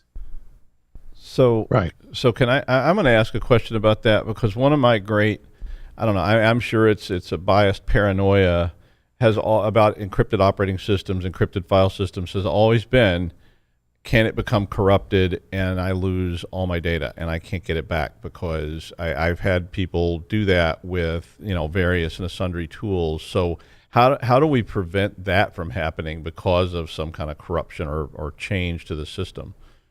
So also, I think just to add to that, since you're answering the question, does it have the ability to be able to be centrally managed by something like Active Directory, where you have something like BitLocker or SCCM doing or Intune doing that remote management of a myriad of enterprises' device? Yeah. So for example, we have customers that use Vontu to scan data that's protected by SecureCircle. So Vontu goes in, or Symantec goes in the allowed list, and they can still scan and look for confidential data and data that's protected by SecureCircle. I'm sorry, I think there were a couple of questions there. So we don't hinder anything that can be currently done with the data. I think I might have lost track of the other parts of the questions. Would you mind? Centrally controlled? Yes, it's absolutely centrally controlled. Okay, well, yeah. And you can use any identity provider you'd like. So we don't have any notion of users in SecureCircle. So the access control list, so we allow you to create for your data, we allow you to put a policy on the data, and you can bring your own users, so to speak. So if part of that policy is only the users in the Salesforce security group have access to it, our server side will check your identity provider to see if the user that is logged in, whether they're logged in through SCIM or logged in through Active Directories, we'll check that token against the security group to see if the user is allowed, and if they are, then their process on that endpoint that is trusted gets to read those bytes that are in that what we call circle or data group. So is that handled through like something like OAuth or single sign-on, where you're able to integrate multiple authentication methods? I'm assuming like Kerberos or single sign-on or LDAP, sure, for example. So it's AD, LDAP if you want to go directly to the identity provider, and we're releasing SCIM support early Q1. So you'll be able to go through SCIM to SCIM to whatever identity provider you're using behind that. So right now what we do is on the endpoints, if they're, let's say, domain joined, we'll just pick up more or less the token that gets created when they log into the device.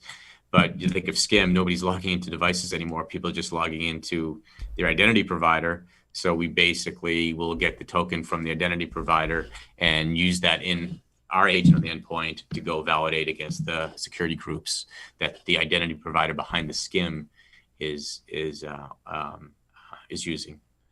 But my question was about like how is resiliency maintained from something getting corrupted and then all my data is encrypted and I can't recover it because this change has happened, and I don't know enough about the product to know what that change would be, but how do we prevent that? Sure. So I mean, there's one key per file. So every piece of data, every unique piece of data you generate that's inside a file will have a unique key. So as long as you have access to the keys, then you could always decrypt the data. And so we can talk about how we manage the keys. We integrate with the HSM that you want to use, the KMIP server if you want to use that. So you can always make sure you are. So our answer to that is, if you're really concerned about us losing the keys, then you manage your own keys, right? And so that onus is on you.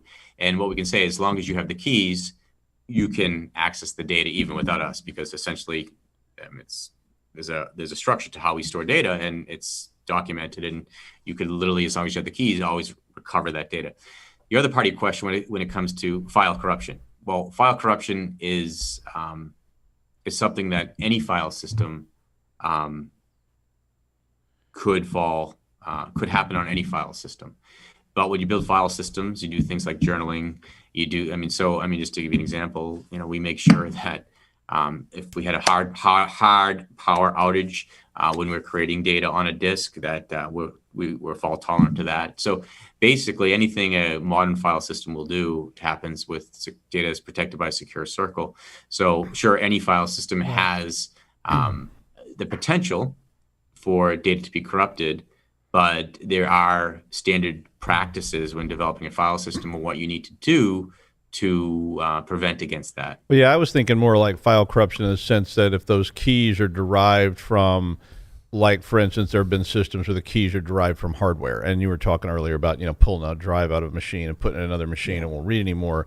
And I was just wondering, how, and I mean, mostly this is just like, how does that work? But it's like, how are those keys protected from things like that, or are they not generated relevant to the hardware? So the keys are all centrally managed, right? Okay. So you bring one master key, and it's okay. That's really more what I was asking about that, because that's where a lot of my paranoia was of some of those early encrypted file systems, because they were like, I remember we had one once, and you changed the memory, and the encryption changed, and it caused all kinds of problems, and there were hardware issues along with the file system, which made me really, really paranoid about these kind of things, because I remember, in fact, we hear that from our customers, right? We have a couple accounts that now that they've identified the data they want to protect with SecureCircle, and they're protecting that data, they realize they don't need full disk encryption because the data that they have is already protected.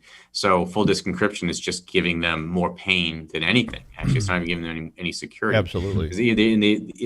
And forget me, I'm sure you guys will know, but it's 130.2 or 130. What is the regulation, the FIPS regulation? I can't remember which one it is. The PCI. So FIPS 140-2. Is it 140-2?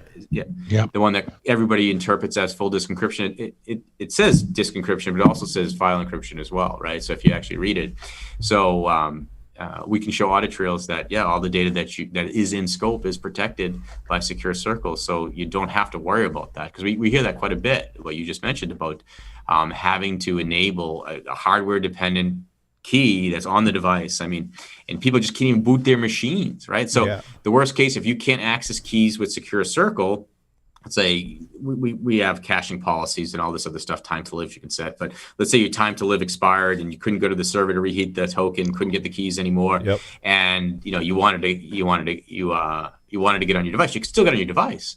Your device would still boot, unlike something that's doing full disk encryption, but you just wouldn't be able to get to the data that was protected by SecureCircle. Okay. Thank you, Jeff. That was awesome. I'm glad we got a chance to get nerdy. We haven't done that before. I've been all sort of more markety. Yeah, just like I'm the corporate CEO, and then comes here and lays it down. I love it. It's awesome. Thanks. Jeff, anything else you want to share with our audience today? New feature announcement, things of that nature. You mentioned a couple actually already in the segment. Yeah, Skim's coming out. What else really? All incremental stuff. One of the things that we're just hyper focused on is just usability, right? So just making things more usable. Everybody is in some ways wants a consumer experience, even for enterprise products, right? So really just making sure things are just dirt simple to use. And that I'll ask the question for those poorer of us: is there a demo version that we can have to play with this for those of us who can't probably afford to buy a working version. I mean, there isn't anything that's one of the things that is on the tentative roadmap for next year, a self-service version. We talk about disrupting the sales model too, right? But that's maybe a topic for another day for enterprise sales. But if you want to contact us, there's a link on the website to book a demo, and we have a good team that will be happy to walk you through a demonstration, even give you a trial version and set that up. But I mean, it's less than a day turnaround if you click that book a demo link, either booking a demo to actually getting a trial environment. We spin them up very easily. It's auto provision tenants we can create. But yeah, we're going to do a self-service version where we'll create a domain for you, acme.securecircle.com. You'll spin it up. You get to play with it. Does this have the ability to do on-prem deployments for some of those environments that are a little bit more rigorous around that kind of thing? Yes. Yeah. So our back end is all containerized. We try to stay away, but we have some large financial customers that don't want anything running in the cloud because we do integrate with their Active Directory server. We do integrate with their key server. We do have state, and we manage a database, or we can actually drop tables in our customer's HA, let's say SQL environment. So we have the ability to just drop the table. So literally our front end becomes completely stateless and horizontally scales with whatever Docker Compose environment they have on-prem.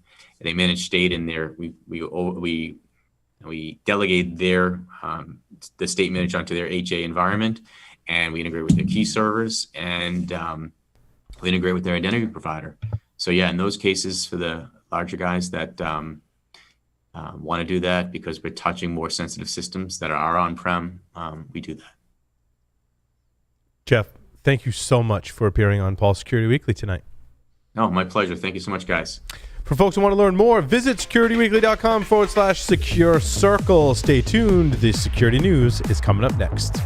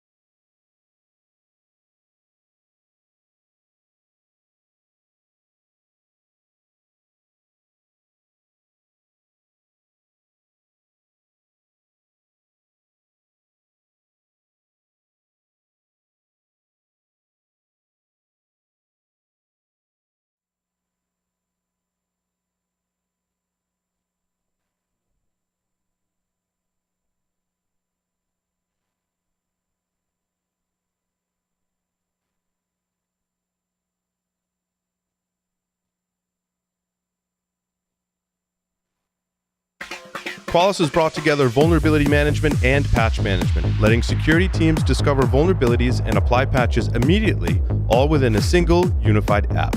Sign up for a free trial of Qualys VMDR, vulnerability management, detection, and response today at securityweekly.com/Qualys. PlexTrack is the platform that helps cybersecurity practitioners get the daily work done. Red teams can create reports in half the time and track risk to resolution with the blue team.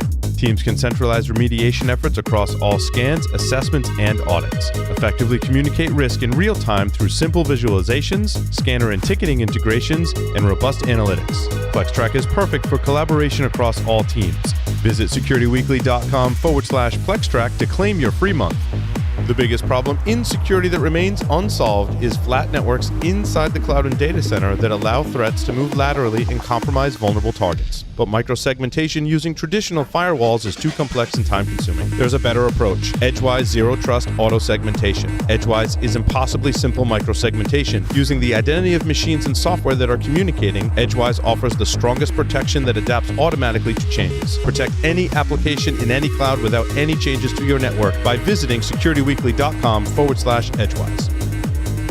Welcome back, everyone, to Paul's Security Weekly. Would you like to have all of your favorite Security Weekly content at your fingertips, learn about upcoming webcasts and technical trainings, or just wish you could hang out with the Security Weekly crew and community? You can do all that by visiting securityweekly.com/subscribe, where you can sign up for our mailing list, join our community Discord server, and subscribe to all of the shows on the Security Weekly network at securityweekly.com/subscribe. Ed Skoudis is here with us because it's holiday time, and Ed Skoudis, of course, is running the Holiday Hack Challenge. Ed is, of course, no stranger to the show and serves a very special place in Security Weekly history, especially as we move to celebrate our 15-year anniversary. Ed, welcome to the show. Hey, thank you, and congratulations on 15 years. Wow. What a ride it's been, huh? 15 more coming, right? I go back to that conversation, that famous conversation we had where you're like, hey, Paul, you should give back to the community because that's how you're going to do good things and be well in this great community. And here we are 15 years later. And you've built something amazing. I mean, the whole crew there is just awesome. Such great friends. We've had such good times together. And I can't wait until we do that again. Right? I can't. Oh, I know. It's like someday, like 2022, I think we'll be all like not wanting to stay home anymore, and all, hopefully going out. And of course, the Holiday Hack Challenge is become its own thing every year. That it's great, something we get to look forward to, right? I mean, we always look forward to the holidays, but now I really do associate the holidays with, oh, we get a new Holiday Hack Challenge. Yay. Along with like presents and all kinds of festivities, largely happening virtually now, but still, the Holiday Hack Challenge is completely virtual. It was always virtual. It's always virtual, so that's we did virtual before virtual was cool. That's right. Yeah, I don't know if it's so much cool now. We're launching next week. Yeah, so that's awesome. It's coming. It's coming. So Ed, I want to hear stories about. No, obviously not giving away any spoilers. Just throwing it out there. We don't give away spoilers because I mean it really would spoil the fun for folks, right? But you always have great stories to kind of share about. You know, you started planning this last year in 2019 at some point, and have continued planning this new one for this year in 2020. 15 months. This one's 15 months in the making. 15 months. Yeah. So I was going to say he was telling us about this edition last year's episode. I've already started working on next year's story. I mean, we have to. You know, it's just these things take so long to bake. So Santa told me what's happening that you'll hear about next year, but. For this year's one, I'm happy to tell you a little bit about the story. So last year, we ended on a cliffhanger. You found out that the Tooth Fairy was trying to destroy the holiday season because she was jealous of Santa Claus, right? And because, he gets all the attention and such, and she has to get, the disembodied teeth of children. And that's kind of a rough job, let's just say. So that's what you found out at the end of last year, right? It's like the end of the Marvel movie. There's this like cliffhanger, like after the credits, there's like the cliffhanger kind of cutscene, right? That's what we did. At the very last scene, there was a scrap of paper left on the ground. And if you click on that scrap of paper, you'll see that written in the Tooth Fairy's handwriting, which looks remarkably like my own, but written in the Tooth Fairy's handwriting, she says, "I didn't do this myself. I had Jack Frost helping me." So we kind of told you who the bad guy is going to be in 2020. It is Jack Frost. but you have to figure out what he's done and how he's done it, and then thwart his plan for attacking the holiday season. So that's the starting point, and that's where we kind of left you at the end of last year. So this year we got some really cool news. If you look at holiday, I'm calling it the HHCU, right? The Holiday Hack Challenge universe now, because we've got these stories that are building. So it's not MCU, it's HHCU, right?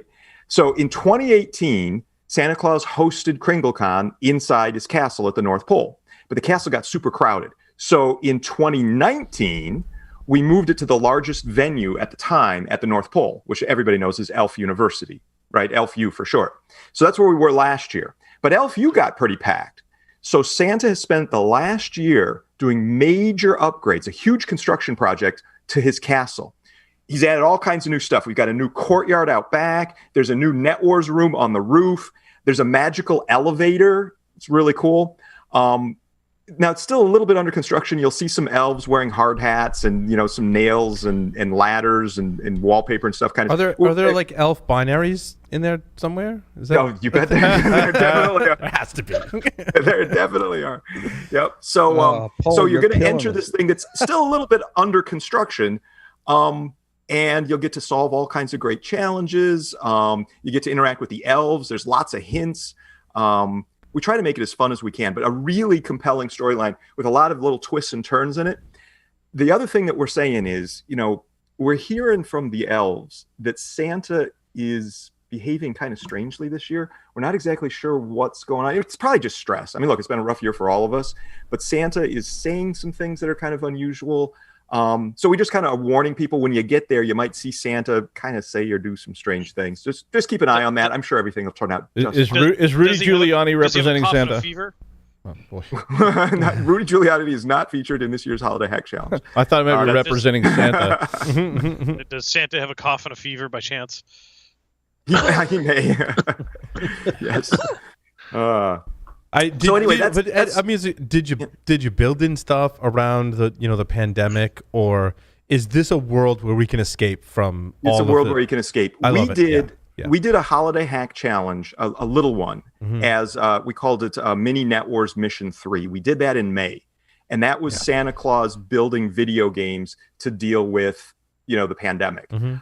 But for this story, we want to take people out of that, and we don't even mention it. We don't even talk about it. Yep. You're gathering together with a bunch of friends in this virtual world and just having some fun and hacking stuff. Right. So we can literally get together and hack stuff with our friends and not have to worry about wearing masks and using hand sanitizer. I think that's a great call. That's right. Yeah. Yep. And that feels awful normal. I mean, are we going to get away with a normal type event this holiday season? Well, it's going to be normal for Holiday Hack Challenge. I mean, that's how we run this thing. I love it. But I love something normal. We need more normal. We need a little Christmas right now. But there'll be no elves in masks and no comments on COVID or anything like that. And we are doing a bunch of stuff to try to make it more interactive this year. We're taking a leaf out of your book. We're creating a Discord channel. Actually a whole series of channels so that you can go in and chat with people, play on teams, talk about specific challenges. We'll have different channels devoted to each challenge. There's going to be voice channels. There's going to be text chat channels. So we're launching Discord. So that's one big thing. Will there be like hints? And I know like hints are, I'd actually like to talk about how you do hints, Ed, because hints are very much a part of, or maybe not, certain types of challenges, and appropriate and not appropriate, I think, in all of the challenges that we build. So will there be hints in the Discord, and how do you handle hints inside of these challenges? So we are not putting hints in Discord ourselves. The hints from us come via the elves. The idea is you click on an elf, and the elf will start giving you hints. Now, you might have to help the elf solve a problem in a terminal, but once you help the elf solve a problem, they'll start giving you a whole bunch of hints. So we provide all those hints. That said, players might give hints to other players inside of Discord, and we're fine with that. Our big focus is on building skills and having fun. Yes, there's a competition. You write up an essay of your results, and we judge those essays, and the first place prize for the best set of answers is a free SANS class. We also have Net Wars Continuous, couple subscriptions for that. RSA Conference is donating a few attendance subscriptions for virtual RSA coming in May. Nice. So there are prizes, but we're really emphasizing the educational aspect of this and just the plain fun and community aspect of it. So we got Discord. The other thing that we did this year, for the last 5 years, we have released our albums of music for free because we had all this custom music made and, for Holiday Hack Challenge. And we've released them via MP3s, but who listens to those anymore? So I just announced last night that we have Holiday Hack Challenge 2016 music, 2018 and 2019 available on all the major streaming platforms, Spotify, Apple Music, Amazon Music, etc. 2017 is being pushed right now, and I hear that it's on everything except Spotify. It's almost there on Spotify. And we're going to release the 2020 music when 2020 goes live so that you can listen to it on a stream if you'd like. And the music this year, I take a special interest in the music. It is integral to the storyline, number one. And number two, it's all these different varieties of music. We have some jazz, we have rockabilly, we have techno, we've got blues. It's just really, really cool this year. Oh, we've got rap. Dual Core made another rap song for us, and I think it's the best dual core song we've ever had in Holiday Hack. Please tell me you have elevator music in the elevator. Dude, you better believe it. It's the best elevator music ever. It is. Awesome. It's so good. I'm really happy about it. Zamfir, master of the pan flute. That's right. No pan flute this year. That's next year. Oh, okay. We have a bunch of mini first. games. Yeah, go ahead. No, you heard it here first. Pan flute next year. There you go. We could probably do that. Pan's the man. Ninjala is very versatile. Count Ninjala, I think he made 5 or 6 songs for us this year. We've got a couple of surprise musicians that are going to make appearances in it. And there's this beautiful, luscious ballad that we had created this year that, again, helps to tell the story. So we got the music now via streaming services. In the past, we've had 1 or 2 mini games. This is like a little video game inside the world that you can play or you can hack it. This year, we have, depending on how you count, 4 or 5 mini games, which are kind of cool. And when you hack them, you're doing sort of web application manipulation or packet manipulation or something like that. So more mini games than ever. I really do think, knock on wood, this is our best Holiday Hack Challenge ever. The team has really been working all year on it. We started brainstorming on the storyline, 15 months ago. And then we started building challenges January of this year. We had an all hands meeting for a couple of days in March. It was, I guess, it wasn't all hands, it was all faces because we did it virtual because of COVID. Then we had another meeting again in July, another meeting in October. And we are in our final stages of testing now. In fact, we had beta testers come in on, I think it was Monday night. And I was sitting there in the world and I watched all the beta testers start to run by me. It was so exciting. Ed, how much of the experience, especially this year, is interactive in the game and I have to solve a challenge, or are there also artifacts that I take out of the game and go work on to kind of solve a puzzle and then go back in the game and apply that, or is it all in the game? It's both, but the vast majority of it is all in the game. Mm-hmm. We try to make as much of it in the game so it feels like you're in this world as possible. That said, certain kinds of analysis lend themselves to downloading a file and starting to look through it. But do I get like a terminal inside the game and I have to type and do stuff, right?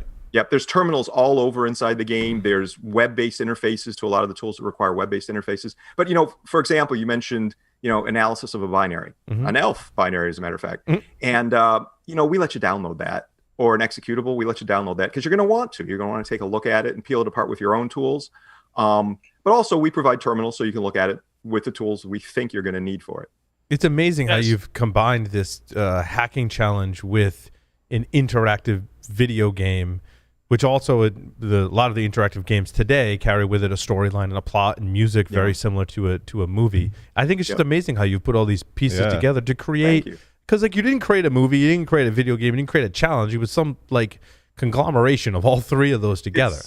I got to tell you, it was originally Josh Wright's idea. Back in 2015, we talked about how could we take the storytelling that we're trying to do via our challenges to the next level. And Josh came up with the idea of doing it in a video game using Browser Quest. And we did that in 2015 and 2016, and we kind of pushed Browser Quest to its edge of capabilities and stability, I might add. So we started rolling our own engine since then, and the engine's come together very nicely, and it's got some capabilities this year. It's really kind of cool because we'll come up with a story that we want to tell, and then the technology challenges kind of fit into that story. But then we'll also have to do some video game development because we need new things in the video game to be able to tell the story. So the whole thing kind of fits together. And then with the music, you know, it's a soundtrack, and we're so used to when we're hearing these stories told on screens, having soundtracks to them. So anyway, I love doing it. It is a lot of work. In fact, I'm looking at my eyes on this screen right now. And do I look tired? Yeah, a little, not bad. Are they supposed to match your hat? Yeah. What's that? The eyes match the red in your hat. I think so. Yeah, really. But it's been great. I mean, we're right on schedule. We're going to launch, like I said, next week, but we don't publish a launch date. We do a soft launch because if we did a launch date, you know, it'd be like everybody hitting refresh at the same time to get into ShmooCon or tickets, you know. So we will launch sometime next week. We do a soft launch where we just turn it on. And when we just turn it on, we usually see 1,000 or 2,000 people just kind of file in. And we talk to them. They start tweeting about it, but we usually wait. We watch for a day or two to make sure things are going smoothly. We tweak things this way or that way, depending on how we see players doing. And then we do the big announcement, usually a day or two after soft launch. Last year, we had 17,000 people participate. This year, you know, based on what we're seeing and hearing, we're expecting 30,000, maybe up to 50,000, because, you know, lockdowns are increasing and things like that. So people are looking for something to do. And, you know, the social and networking aspect of this, I think, is one of its best aspects. Ed, with that number of people, what are some of the ways you were able to scale it with technology? I mean, I think in years past, you've talked about using Node.js, you've talked about using containers. And obviously, this is not hosted on a server in your basement somewhere. It's hosted in the cloud. Are there multiple cloud? Like, how are you scaling that? Oh, it's really cool. We've done a lot of innovative things. We started doing with the Holiday Hack Challenge back in May, where we introduced multiple worlds. Because that one, we had 5,000 simultaneous players. So how do you do that? We have multiple different worlds. And it's all hosted in Google cloud environment, so Google Compute. And it's a bunch of Docker containers running on top of that. It's an Ubuntu-based distribution with a whole bunch of Docker containers that are spun up dynamically. The game architecture itself, on the client side, it's on React, managing the state via Redux, and there's microservices that are handling all kinds of messaging being passed via RabbitMQ. I mean, it's a really cool technology. I mean, what you just described it as an enterprise level application that it's amazing. I'm amazed that the team. I'm proud of my team. Please understand, but they architected this thing, and I'm just amazed at what they've created. But this multi-world thing is automatic. So I mean, we've built it out so that if it starts sensing that its worlds are filling up, it instantiates another world and starts sticking people there. Now, there are trade-offs with that, so that, you know, Paul and Larry might be both playing, but you'll be in different worlds, so you won't see each other. Right now, we said, I think the default size is 200 players per world. So if we have, you know, say 1,000 people playing at the same time, there's probably going to be 5 worlds. There might be 10 worlds. There might be 20 or 30 worlds at the same time. So anyway, this multi-world thing, dynamically spawning new worlds, is pretty cool. And then freeing them up so that our Google Compute bill doesn't get too high when they're not needed anymore. Right. Yep. And then also, I mean, preventing folks from hacking the actual architecture that's running the game. I mean, you want people to hack within the game, but you want people to hack outside the game. Also is another level of architecture. I mean, it is speaking to the architecture, but you have to threat model that as well. It's true. And, you know, look, they have found vulnerabilities in our stuff, unintentional ones, right? Obviously, we have a lot of intentional ones for the challenges, but they found unintentional stuff. You know, we thank them. We ask them to be kind to us and, you know, report this stuff to us. We offer it up for free, so we don't really have a bug bounty. That said, you know, you might get a Kringle coin, you know, if you find something and are nice to us about it. Kringle coins, by the way, are these coins that we had made up last year. I used to have one on my desk, but I think we sent it out in the mail to a little kid that really wanted one. But I mean, you're not necessarily encouraging people to find those vulnerabilities, but be responsible. Like, what's your I mean, just because our audience is listening, sure, we receive reports on that all the time as well. Yep. And I think pretty much 100% of the time, people are, like you said, really nice about it. But I mean, what rules of engagement, right? For everyone. Don't hack our stuff. Yep. Oh, but if you somehow accidentally so you can hack the stuff that we include in the scope. I mean, it's like a pen test. Right. You're allowed to hack this. You're not allowed to hack that. That said, sometimes you find some issues in the stuff that you're not allowed to hack. Tell us about them. Be nice to us about it. We'll be very thankful. And, we might send you a nice little gift for your kindness. Right. Awesome. That's a great policy. You should do a release of all the music on 78 RPM for Victrola. It's actually interesting. I happen to have, it's right here. Imagine that. This here is a 78 RPM that my team had made up of Holiday Hack Challenge 2016 music for All me. right. It is so cool. Do you want to hear it? Should be playing in the background. Definitely play it. All right. So I mean, if you ever wondered, like, how would I get my own custom record printed out? Oh, the internet. Okay, right? Like, click your heels 3 times. That is absolutely fabulous. And the fact that Ed is actually winding up the gramophone, it's fantastic. That is absolutely look on Tyler's face is just like, what? Right, and not just pressed any record, pressed a 78, which is pressed 78. Wow. That's fantastic. It really. I didn't even know they still press 78s. Right, it's like much less Dr. Fives coming on here. All right, we got to be quiet for a minute so we can hear it. It's playing. You can probably get an 8-inch floppy too, Tyler. I hear it. I can so hear it's it. we can hear it. We can hear it, Ed. The Sugar Plum Fairies, done by Count Ninjula, playing through a 1904 phonograph player. It's a Victor phonograph player, and so every year my team gets me a really wonderful little Christmas gift, and that's what they got me a couple years ago. That's awesome. So I have to say, it was kind of funny that Ed mentioned about the kind of tangential vulnerabilities that might be found. I was playing a couple of years ago, and I actually found one of those, and I didn't realize it. I thought it was part of the game.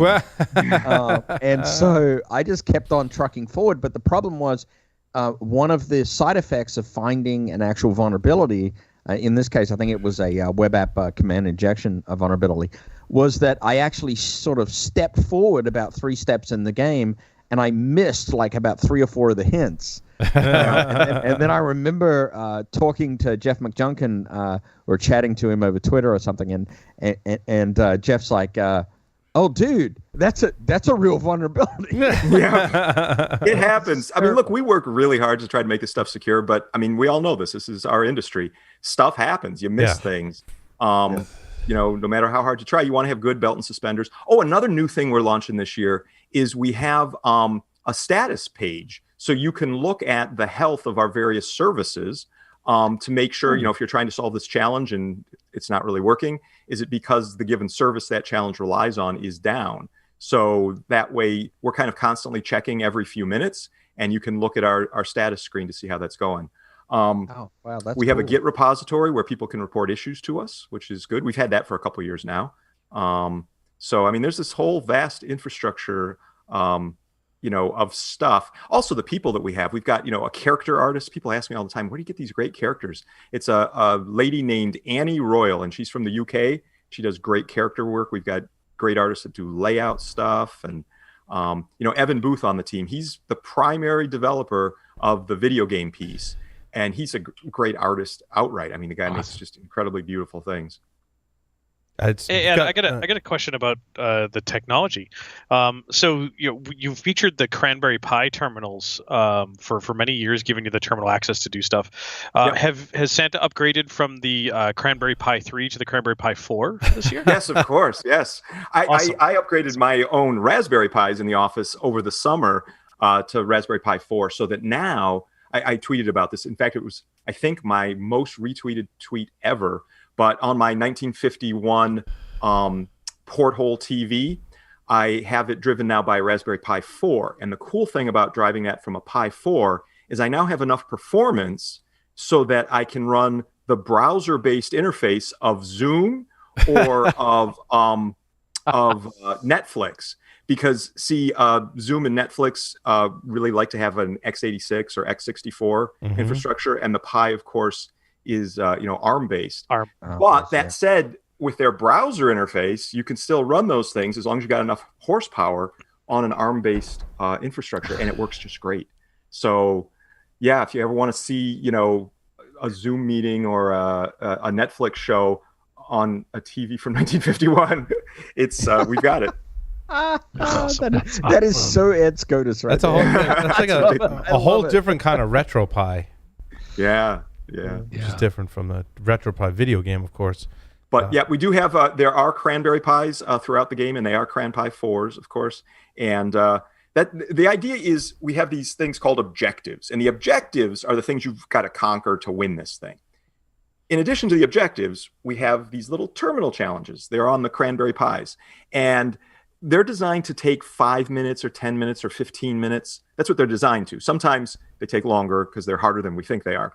Last year we had one. It was a PowerShell thing that controlled a Christmas cheer laser, and that was a lot harder than we thought it would be. But usually these terminal challenges are designed to be solved in 15 minutes or less.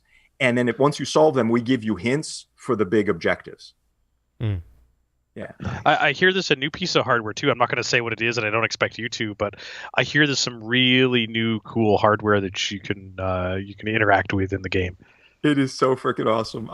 That's my favorite part of the whole game. So I talked with the guy that worked on it. And I won't give up any names because it might give some of the stuff away, but like I'm super excited to see it and see it in action. And I think that could be really awesome for other CTFs now that we're doing a lot of this stuff virtually. Well, hold on. This is virtual hardware that you're interacting with in the game, or does the game allow you to interact with actual hardware? It is a simulation of hardware that is running pretty much the same software. So you might as well be sitting in front of the real deal. So you'll see. Yep. Ed, anything else you want to announce about this year's Holiday Hack Challenge? And I just have like one or two questions about what the future may be. Well, I wanted to talk about the technologies that you'll be able to interact with. I'm not going to say just hack, because there's offense, there's defense, there's defer, there's everything in this thing. But there's some cloud-based stuff. There's some really nifty stuff associated with analytics of data sets like logs. There's some really cool wireless stuff in it this year. There's some great crypto challenges this year with lots of hints. So if you're not big on crypto right now, just wait. You're going to pick up some good skills there. So all kinds of cool stuff. It's just a great mix of challenges. So for the future, Oculus has really taken off in the virtual reality sense. Have you thought about integrating some type of virtual reality, based on some of these different hardware platforms? We've talked about it. The issue is, can we do that at a reasonable cost to us? Because I mean, the team spends thousands of hours on this every year. It's the joke that we have every year. It's really not a joke, but the idea that counterhack exists, and we do all the work that we do on Net Wars. We do all the work that we do in pen testing and security consulting, all that. We do all of that just so we can feed ourselves while working on Holiday Hack Challenge, because Holiday Hack Challenge is really the purpose of the whole company, right? So, so that would be cool. It's just a question of development costs. I could see us doing some sort of virtual reality or augmented reality in a small sense. The other issue is we want this to be approachable worldwide. For people who might be very poor. We try to make sure this stuff runs at 60 frames per second in a 3 or 4 or 5-year-old computer. We don't want somebody to have to buy cloud time to do this. Because I mean, really, people play from all over. We've got a lot of people play from the US and Europe, of course, but there's people that join our game from Japan. Saudi Arabia has a bunch of avid players on this. South Africa. I mean, it's incredible, all the different countries that are represented. And sometimes it's poor kids. And we want them to have a chance to learn and develop their skills. So, if there is some sort of virtual or augmented reality, we'd want to present it to somebody who couldn't afford the hardware. So that's the tough thing. So that said, Ed, I think one of the things that is awesome about the Holiday Hack Challenge is its coincidence in timing to KringleCon 3. Yes, KringleCon 3, French hens. What, 3 French hens? 3 French hens. Yeah, last year was 2 turtle doves. Mm-hmm. Yeah. Now all of the talks that you'll be having at 3 French hens are on YouTube, correct? They are. Yep. Now you can watch them in game. We have different, there's this whole hallway of doors where you can go into each one and see a series of talks, or you can just click in your badge and watch the talks on YouTube. Most people, I think, watch them on YouTube. The coolest thing, Larry, and I suspect you have a hunch about this. The coolest thing, though, is when you watch these talks, some of them will give you ideas for how you have to solve the challenges. So it's really totally integrated. You've got this conference with talks that will teach you about techniques that you then apply in the hacking challenge, the CTF itself, and it just kind of all dovetails together. Yep. See, I was going to say you could go watch those talks on your Oculus from YouTube. Yeah, that's true. Yep, you can do that. Yep. There you go. So you know what? You've already done what Paul asked. I don't think that Ed has said it enough, and I want to say this. Even for experienced pen testers, just toying around with the Holiday Hack Challenge is going to teach you something. Yeah. Right? So that's what I love about what you're doing, Ed. Every year that you do this, and I only spend probably a small amount of time with it because, time is one of those expensive things. But it's the fact that you teach all of us something through this effort, no matter what your experience level is, I think it's the greatest thing about what you're doing. Thank you. It's the whole team. The team works super hard on these challenges, really putting in a lot of time year round. And, some people will say, well, I don't have enough time to play the whole thing. Well, don't. Play some of it, though. If you've got 3 hours, give us 3 hours. You'll have some fun, and you might learn something. If you've got 10, hey, that's great. If you've got 20 or 40, we could probably keep you busy, right? So there's a lot of stuff here, and it's fun. The other thing that comes up a lot is the storytelling aspect of it. Because, gamification, one of the tenets of gamification is you let people work on what they want to work on, right? I mean, so you prefer this technology, you want to do this kind of challenge, you want to do hard stuff, you want to do easy stuff. Let you work on what you want to work on. But then when it comes to storytelling, I mean, the story has to unfold, according to some sort of logical progression. So how do you reconcile those? And we spend a lot of time trying to figure that out. So when you get into the challenge this year, boom, you get half of all of the objectives immediately, and you start working on them. But then we've got a certain point at which you have to show that you're ready for the remaining other half of all of the challenges. And once you pop through that, then you've got all of them and can work on anything you want. So we kind of bifurcated it. And I think that's a good thing, because, I mean, who wants to do something where you have to solve every little piece before you see the next piece? So we give you a big chunk, you can work on whatever you want.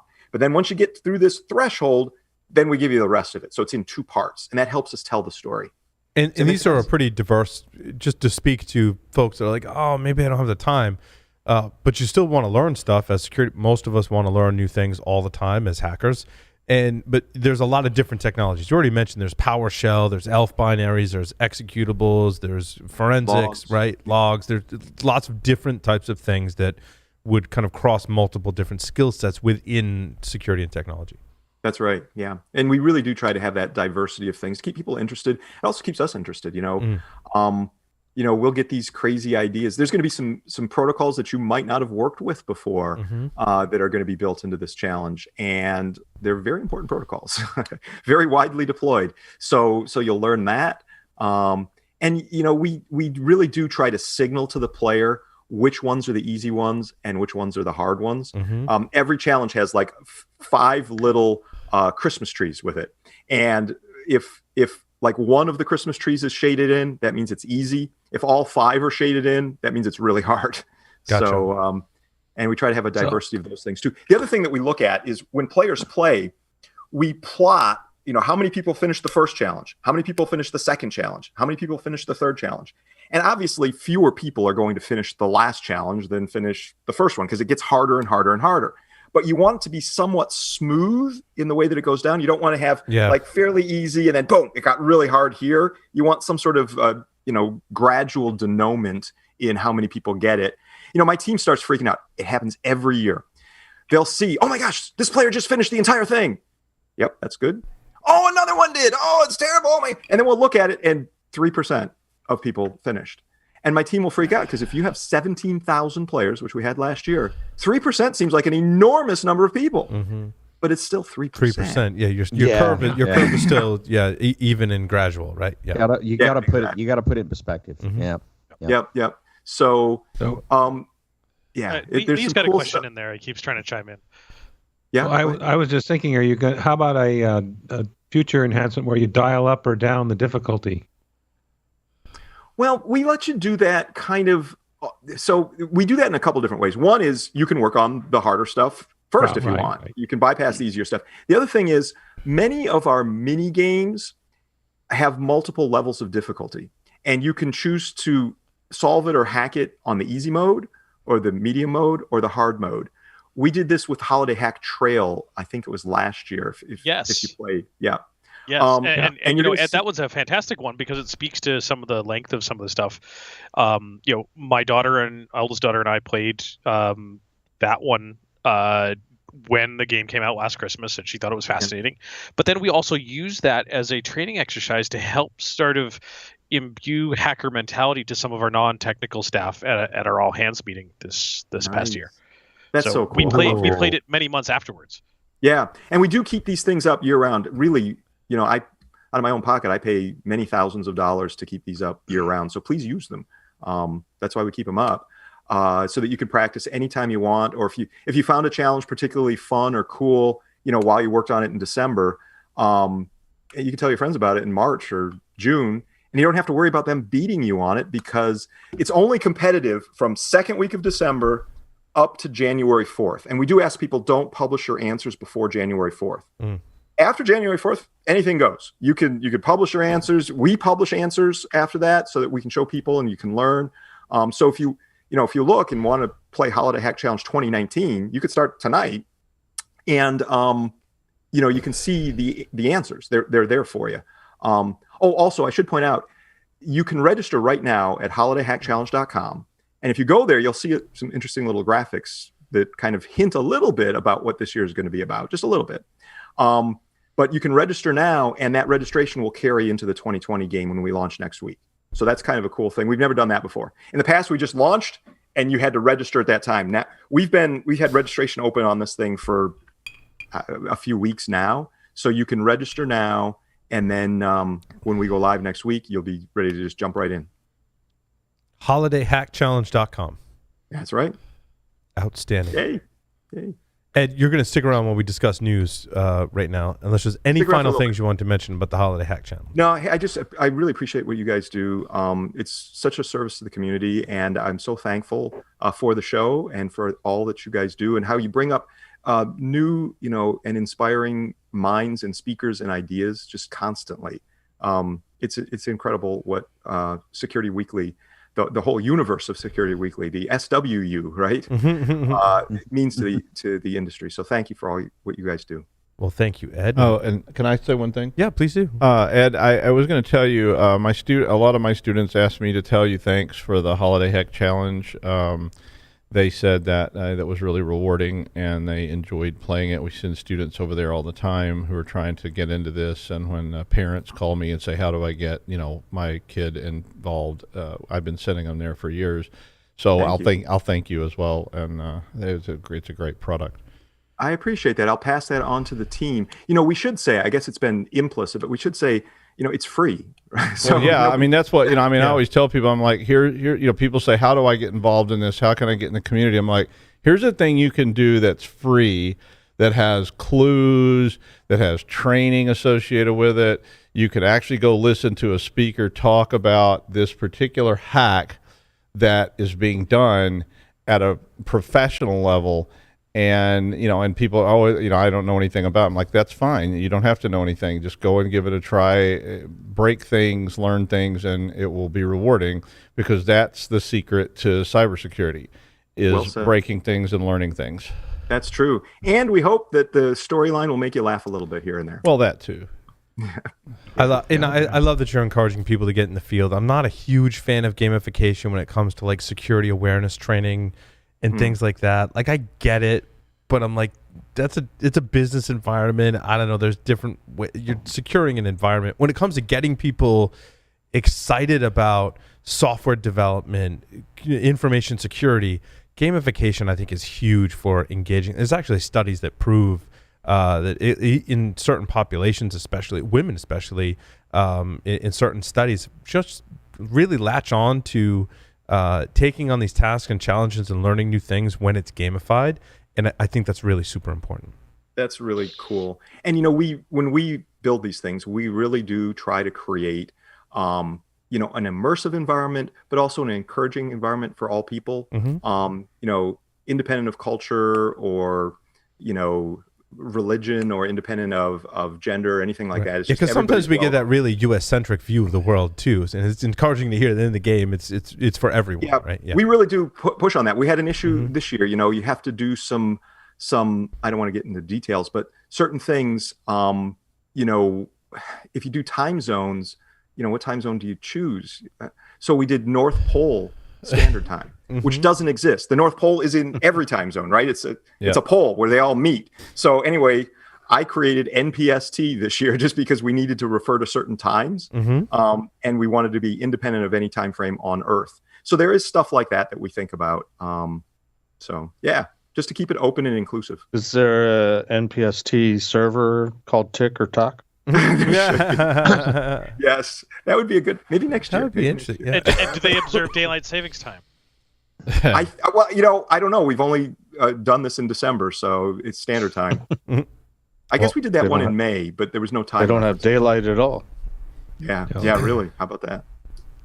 So we're transitioned into the stories right now. We wanted to have this discussion with Ed because it's tradition and it's a huge contribution to the community. And very thankful for that. Thank you. I think I'm going to drop because I got to get back to some beta testing, if that's okay. Absolutely. Ed, thank you so much for coming on the show this evening. Good to see you, Ed. Good speaking with you. Good seeing you, Ed. Remember, we're launching next week. I hope to see you all there. Okay. Next week, holidayhackchallenge.com. Thanks, Ed. Hey, thank you, guys. Bye. Bye, Ed. I wanted to start. I watched the 60-minute interview with Christopher Krebs. And I thought it was really fascinating, and I really did. I listened to and watched the entire thing, and I thought it was really awesome. I really relate to Chris very much so, largely because I learned in the interview he's the same age as I am, and you look into his background, like he's essentially one of us, and we've all kind of heard all really good things about him, and certainly his intentions from everything I've seen and heard have been good. What really caught me about the 60-minute interview is that 60 Minutes is a widely popular, everyone in America can watch. When you watch that as a security professional, there's a point in the interview where Chris says, look, during the election, or the couple of days, I think he said, leading up to the election, there was a war room. And many of us in information security have been in those war rooms, whether it's part of incident response and we had to create a war room in an emergency basis, or we knew we were launching a big project or implementing something new and we're creating a war room, whether in security or for just a release of a product, right? So war room is a very real thing that many of us have been a part of in many different capacities. Christopher said, look, we created a war room leading up to the election, and in that war room, there was the FBI, there was NSA, there was the CISA, or part of Homeland Security, obviously, which was actually created by Trump, from what I've been reading recently. I believe CISA was created by President Trump. Yeah, it was. And he appointed Christopher Krebs. And he said there was the U.S. Election Committee had a representation to monitor the integrity of the election. Now, most Americans heard that and be like, nah, that's cool. Like, that's great. And then, Christopher goes on to say, look, this was the most secure election. And some may question, like, well, how can he say that? I'm like, go back to the war room. When Christopher says that NSA, and very much part of Cyber Command, which is inside of it, run out of NSA, was in the room, right? And when you said that you've, really strongly believe with evidence that there was no tampering with the election, especially from foreign nation states, I'm like, as security professionals, we're like, oh yeah, because we're hacking into the other bad people, nation states that would hack into our election. So if they did start initiating attacks against the election, we're already on their systems to see that traffic happen. Right now, I have no definitive proof that this happened, other than there's an article that I mentioned, my story number 9, where in the article is Cyber Command deployed personnel to Estonia to protect elections against the Russian threat. Kind of interesting. Why we would go from the U.S. to Estonia to preserve Russia, whatever, we can speculate on that. But, they said that personnel from U.S. Department of Defense Cyber Command, which is run out of the NSA, which was in the war room, by the way, and Christopher said NSA was in the war room. I'm assuming that meant Cyber Command was part of that. Again, that's an assumption. And they said they were deployed to Estonia in recent months as part of a broader effort to protect U.S. elections against foreign hacking. American and Estonian officials announced on Thursday this mission allowed personnel from Cyber Command and Estonia's Defense Forces Cyber Command to collaborate on hunting for malicious hacking efforts on critical networks from adversaries.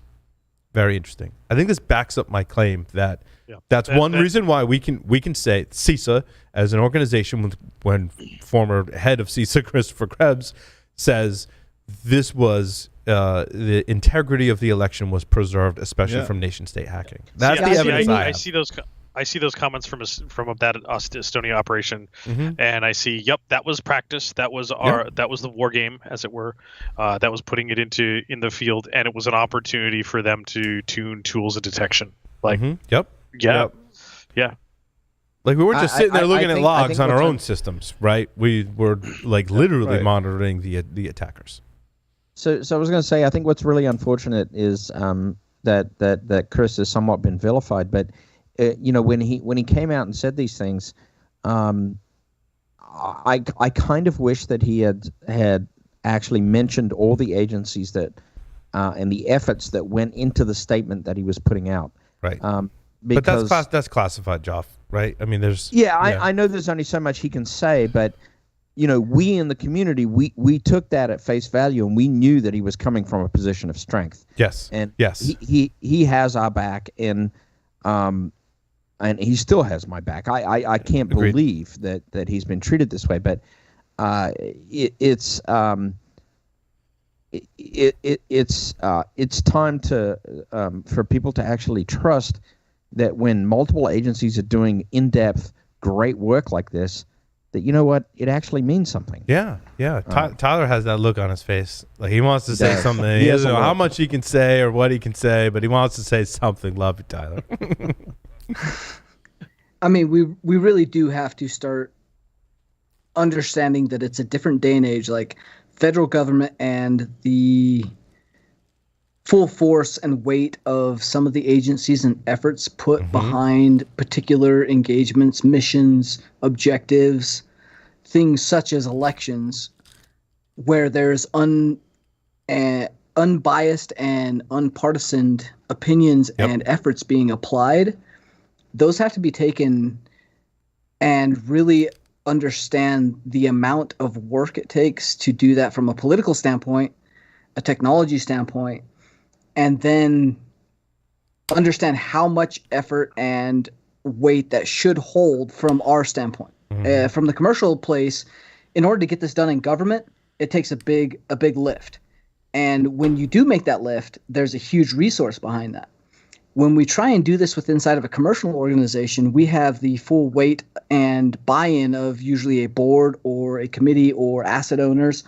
You're trying to do this inside of an organization that doesn't have all that. And so when you apply that to a government and this actually happens, it is a pretty big feat, and one that actually should be well recognized and understood for what it is. It's very well done and has a lot of backing and a lot of research behind it, because we have to be able to trust the election system. Yeah. If we don't trust that, that's a problem. But I think that the realization that it was better than the integrity of 2016 is a gross understatement, right? I mean, gross.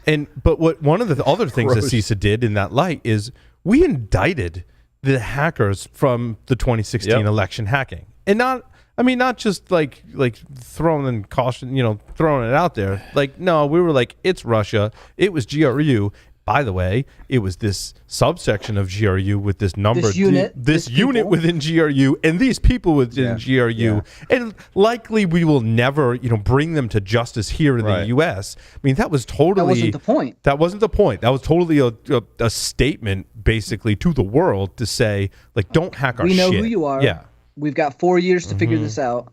We know what you're going to do next, and by the way, we've already planned for this. So deal with it. Here's our next move. Right. But now, on the flip side of that, I feel bad for those that the opposite has happened, and I think Darknet Diaries did a great interview and podcast with Jake Williams, right? And that's almost like the opposite, right? In that, I think there's a lot left up to speculation there.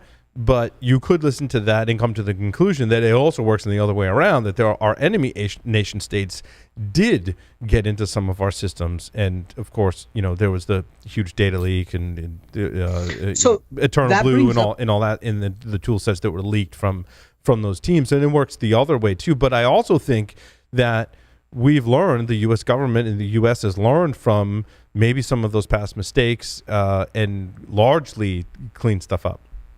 So here's the big problem with the elections and where we're at as a country.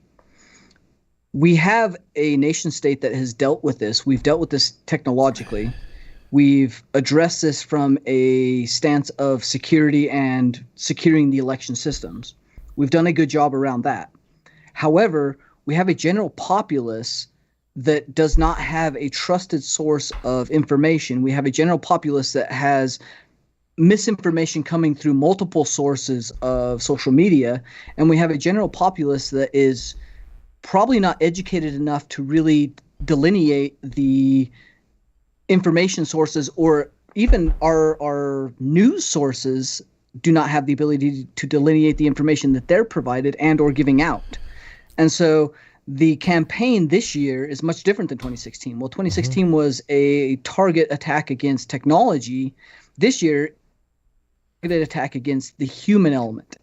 Right. And we're dealing with the intellect and ability of humans to make informed decisions based on the information provided to them. Well, this came up in the 60 Minutes interview. I forget who interviewed Christopher Krebs, but he was like, well, there's reports that, votes were taken from the U.S. and tabulated in servers in Germany. Chris was like, absolutely not. Yeah, like, how did that even? And again, I think that's likely fake news, in my opinion. I have no disinformation. It's a disinformation campaign. I have no evidence to back that up, but in everything that I've seen, I would come to the conclusion that is complete fake news. Well, it's like the one about the Dominion systems. They were talking about, there's this whole thing about the Dominion system was developed in Venezuela by Hugo Chavez and all this stuff, and I'm like, what? And the Dominion guy's sitting there saying, no, that's not true at all. It's completely made up. It's completely false. And yet I still see people constantly posting saying, oh, you just refuse to see, you refuse to believe. And I'm like, well, I'm sorry, show me some proof. Just show me the evidence and I'll read it. But it's like, you don't have it. You just keep saying it, but that doesn't make it true. But I think that's what us hackers bring to the table is that we're like, show me the evidence. Because we've done investigations like, oh, my server's hacked. And it's like, well, okay, I need to go find the evidence, right? Yeah. We're a very scientifically driven bunch. But people convince themselves of stuff. Because one thing, from doing all these forensics cases, one of the things that I saw as a psychological aspect of forensics was people that were doing divorces always got to this point where they would say, I think my house is bugged. Mm-hmm. And they would want you to come do a walk down to see if their house was bugged. And we had bug detectors, and we had, we go walk down the house, we go look in the vents and look in all these places. And, I'm not like a CIA operative or something, but it's like I can use my eyes and I can use my RF detectors and all this stuff, and I can go, guys, if there's bugs here, they must have been planted by I never said that because, God, that really set them off. But, the idea that these bugs must have been planted by Tyler or somebody because, the same people that put the bugs in the typewriters from the KGB were the same ones that bugged your house as part of your divorce. But, right? no matter how much you showed people that there's no bug here, and the reason that your husband guessed that you were going to be at the country club on Saturday was because you go to the country club every Saturday. Not because there's some secret agency that somebody paid millions of dollars to, like a TV script, to bug your house and watch everything you do with satellites. I'm like, no, there's no evidence here. And it didn't matter. They're still like, I know there's something here. I'm going to a hotel. I know my house is bugged. And it's like, yeah, okay, well. Without getting amazingly political, even though we're skirting around this, I mean, factually, what's really happened to us here in the last 4 years is when you have disinformation that is promoted actively by a political authority for the purposes of political gain, that's when you have a society that moves into a very dangerous area, because the political authority that's promoting that for gain is manipulating certain people, even though on the other hand he may be doing the right things. Look at CISA, for example, right? CISA was an excellent move and has succeeded. Yep. Right, and unfortunately, Krebs is no longer there for political reasons. Right. Yeah, and hopefully it continues under another competent leader is equal to Christopher Krebs. Agreed, job. And that happens on both sides, right? Yeah. But that's an interesting point. How do you use fake news to your advantage, no matter what political side you're on? What's the chance he just gets rehired in a month and a half or 2 months? What? I hope he does. Actually. Yeah. He's got my support. They did say his political affiliation was Republican in the 60 Minutes report, but who knows what could happen. Yeah. They were very unbiased around that, and that comes down to the problem that you've run into. We don't have Walter Cronkite anymore. That is the definitive source of his reputation's on the line, right? Right. We have multiple sources of news that are going to provide whatever they can find, and all of these things corroborate to each other, which is also a problem because they all have an agenda and have backing. We are at a stage where, from a consumer standpoint, we do not have a good way to do this. Those that are educated are the 1% of 1%. We have the technology chops to do that. However, even with those technology chops, that is an exercise that takes an extraordinary amount of effort and time in order to figure out the real backing behind this. You look at something like Bellinger and Bellinger Cat and the research that they do around single stories, and it takes them months to bring to light the actual truth around things that are happening in mainstream media. It comes back to the famous Sneakers quote. It's all about the information, what we see, what we hear. It's all about the information. It really is. But now we can go back in history even before Sneakers, and whether or not we want to believe in what we see and what we hear that happened in 1983. Jeff, were you familiar with the Able Archer exercise in 1983? Not ringing a bell. I wasn't born yet. So now we know that's a lie because you talked about your career and experiences on the show in a 2-part series. But it was basically, I think it was what War Games was based on. It was a NATO exercise. It was a NATO exercise that basically the U.S. was doing a nuclear exercise, it was an escalation exercise, a tabletop exercise. But the Soviet Union at the time was paying attention to what the U.S. was doing and nearly triggered World War III because they thought that we were actually launching missiles when we weren't. And that's the crux of the story as it leads to War Games. And it was an article titled how one 1983 exercise nearly triggered World War III. Yep. Well, I was going to comment. I know you're trying to segue, and it's all tied together. But I forget what year was Rodney King. Was that like 89, 90, 91, somewhere in that range? I thought it was before you were born, Jeff. No, I thought it was 90s. A little bit later, I think. March 3rd, 1991. It was 91. 91. Well, the issue back then was largely that there was, which was a kind of a new thing, there was somebody that videotaped and had a video of what actually happened, which was, Rodney King getting beaten up by a bunch of police. I forget how many there were. And the police later on were acquitted, or the case was thrown out. And the shock and horror back then was, how, we have the video evidence. How could this be? And what was at issue back then was like, wow, we don't even trust the video evidence because a lot of the claims of the attorneys for the police as defendants were, well, you don't know what happened before, you don't know what happened, it's just a point in time, it's not the complete picture. Now, fast forward 30, almost 30 years, and we've gone from not believing what's there in terms of video evidence to, well, we have video evidence, but we can't trust it because it might have been manipulated. It could be fake. I find it fascinating that we sort of skipped over, we can trust what we see, to what do we trust, and I wanted to, if I may, segue, but again, it's still related. I had posted an article that a college buddy of mine sent to me about a week ago, actually less than a week, not that it matters, but he was asking, is this real? Is this guy that this article is about a big person in cybersecurity? And I looked at the articles like, well, I've never heard of him, but that doesn't necessarily mean anything. So I did what I usually do when I encounter somebody's name. I go to LinkedIn and look for a LinkedIn profile.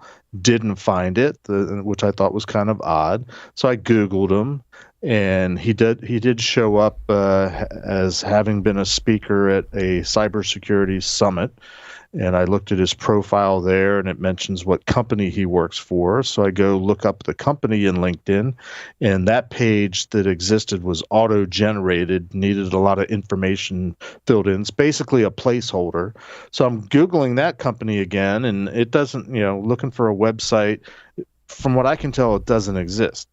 Now, I don't pay a whole lot of attention to fake news all the time, I hope. Not that I'm aware of. But I'm like, this looks like it's a fake news article, and it's in a very elaborate fake news article, which I wanted to share and hopefully have a short discussion, because it sort of continuing on what we're talking about of, we as security professionals, we can OSINT and do some diving. For those that are wanting to fact check and not simply rely on, well, somebody else did the research, what are some simple things you can do to try to satisfy your own mind that something is fake news or not? I'm reasonably satisfied that this is fake news because I didn't really find any evidence of this guy beyond basically the context that this article was written in. The references that they have, yes, I could find that, but I couldn't find anything else. So I don't know if the guy is real or not. Right. And it depends, Jeff, largely on how much they've gone through in steps to take to be able to look as legitimate as possible. And, I'll call it, we covered an article about WireGuard AG where there was this mysterious $2 billion that was missing. And it turns out that story was much deeper than even I think we covered. And Citizen Lab actually did an investigation. This was actually another Darknet Diary, the most recent Darknet Diaries podcast went into this. And I'm like, I remember covering this story.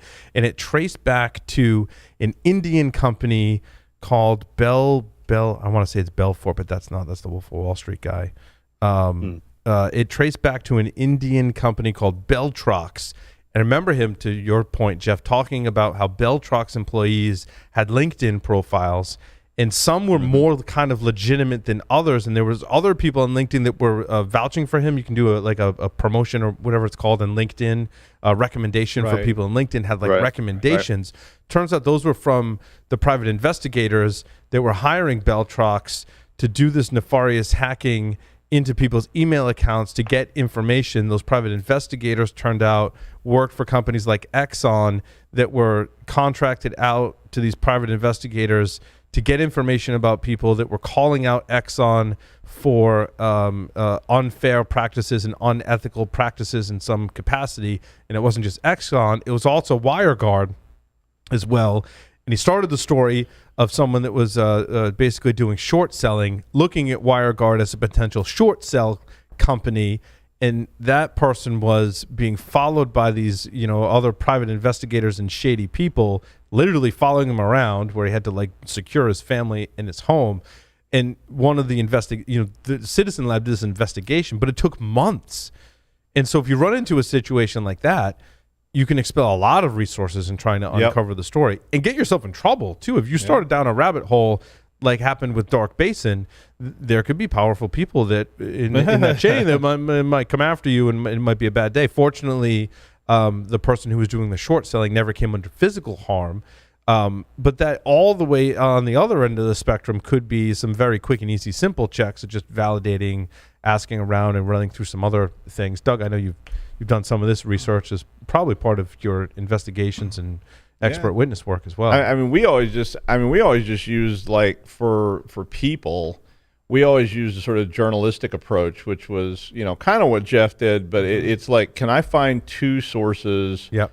And we did. I mean, I remember back in like quite a while ago, we saw a lot of this stuff, and it wasn't always like fake people, but we would see people that had fake resumes, fake credentials, and we started investigating these people. And usually, if it's a nation state, if it's some kind of elaborate thing, I don't think that an average person is going to find it. But for us, we found that just a very perfunctory review of trying to find two sources to validate something, we just started popping people all the time who had fake degrees. I remember I got this person who, in fact, I got this one because the person had a degree hanging on their wall, and it says Harvard University on it.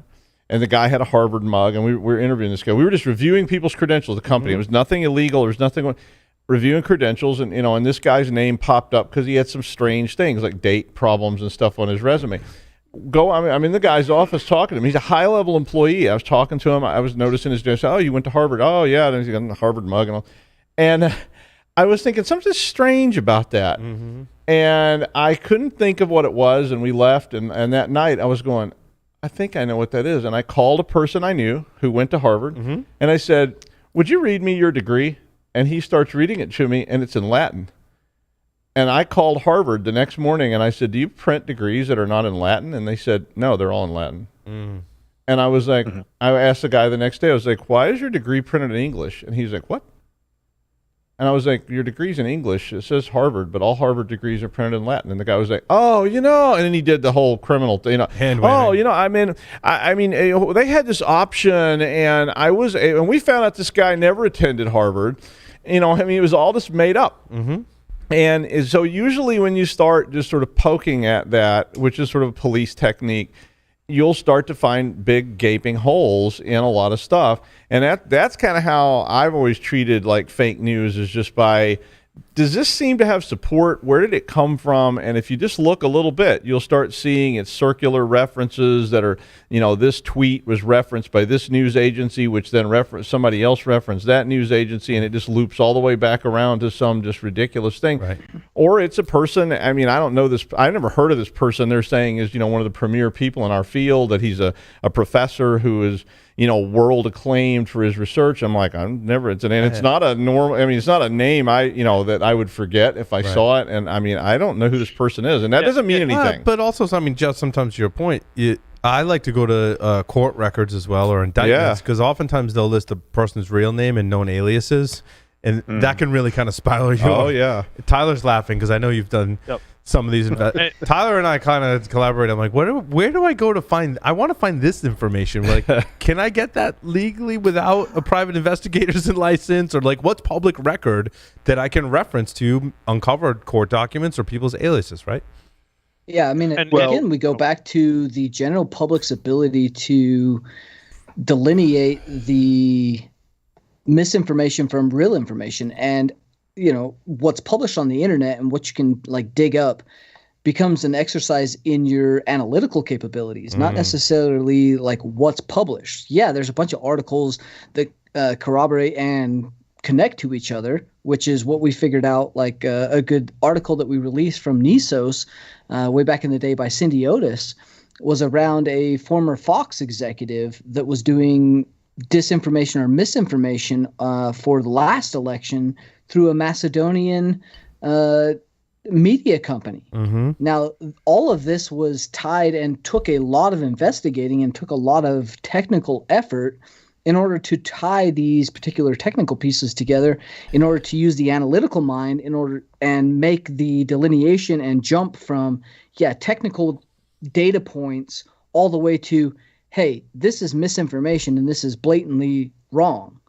Now, the general public has no ability to do that. So how do we expect or how do we as a country come to a point in which we can rely on something past what is being pushed down through social media? I mean, we have a whole generation outside of us that is of voting age that relies on 15-second videos of stupid people kicking themselves in the nuts or putting shaving cream on their face, or I don't even know what the latest challenge is. If that's not a scene right out of Idiocracy, I don't know what is. And don't forget Dunning-Kruger. Don't forget the Dunning-Kruger effect, where the less information you have about a subject, the more likely you are to believe something that reinforces what you do believe. Mm-hmm. Exactly. And so we're relying on an entire generation that is a voting age, that has this information at their fingertips, that has an attention span of 15 seconds and is watching stupid shit that has nothing to do with valid information that is not even available to them. Yeah, we're in a state of utter chaos from a misinformation and disinformation point. So we really have to figure out, as an industry and the people that have the know-how and technical chops to do this, how do we make this better? How do we actually go about making some change and providing some insight into this? Because I honestly do not know how to get my grandma to not forward on the stupid, I know, Trump latest campaign of he's going to win and this is all a sham. Like, I don't know how to do that. So we really have to start brainstorming. And I think we need these think tanks that are also being targeted, which is another news story. Mm-hmm. We need these think tanks and this outside of the box thinking, our hacker mindset, to address this from a societal issue and from a higher order of thinking issue in order to really make effect. We have an entire country that is at a point in which CISA directors and DHS directors are being fired over stuff that is not relevant, and places that there is effect being made and changes are being done, and he's being fired. So we need to make and come to arms and really do something about this, because I think this is actually an important time frame for our 1% of people that do have the know-how to do this, that do know how to recognize misinformation and disinformation. So we really have to kind of understand what the problem is, frame the problem, and then figure out how we can hack this problem, because it is a problem. It's not just us, though. I got a quick... Hold on. Wait, Larry, then Joff. Yeah, okay, Joff, mine's really quick. Tyler, I got a quick solution to your grandma problem. I had this issue with an in-law, and I literally called her up and said, stop forwarding me this stuff, because if you do, you don't know how to use BCC. I will humiliate you every time in front of all of your friends. Mm-hmm. And she said, oh, okay. And she started forwarding them again and doesn't know how to use BCC. So I humiliated her in front of all of her friends. My grandmother would have hit you with a stick. No, he didn't say grandma. Larry said in-law. Oh, in-law. Yeah, Tyler said grandma. Yeah. I don't In-laws get a the fair game. My grandmother just used the analog method. Hold on, Joff. Joff. So I do have a comment, and I remember saying this to family and others. Actually, at the time, there was a certain individual in Florida, in a religious community, that burned a Quran, right? And my comment at the time was, the First Amendment comes with, like any privilege, comes with responsibility. And what's happening to us is we've abdicated the responsibility. And the same thing goes for any of these news outlets, all right? If you abdicate the responsibility, if you go purely for the profit, and you develop communities of closed, small bubbles that become believers and actually disbelievers in fact, and unsubscribe from fact, then you end up with a country that has this problem, which we're all experiencing. So I think one of the only ways that we can actually get away from it is for those that have the megaphone, which are the very, very large media entities.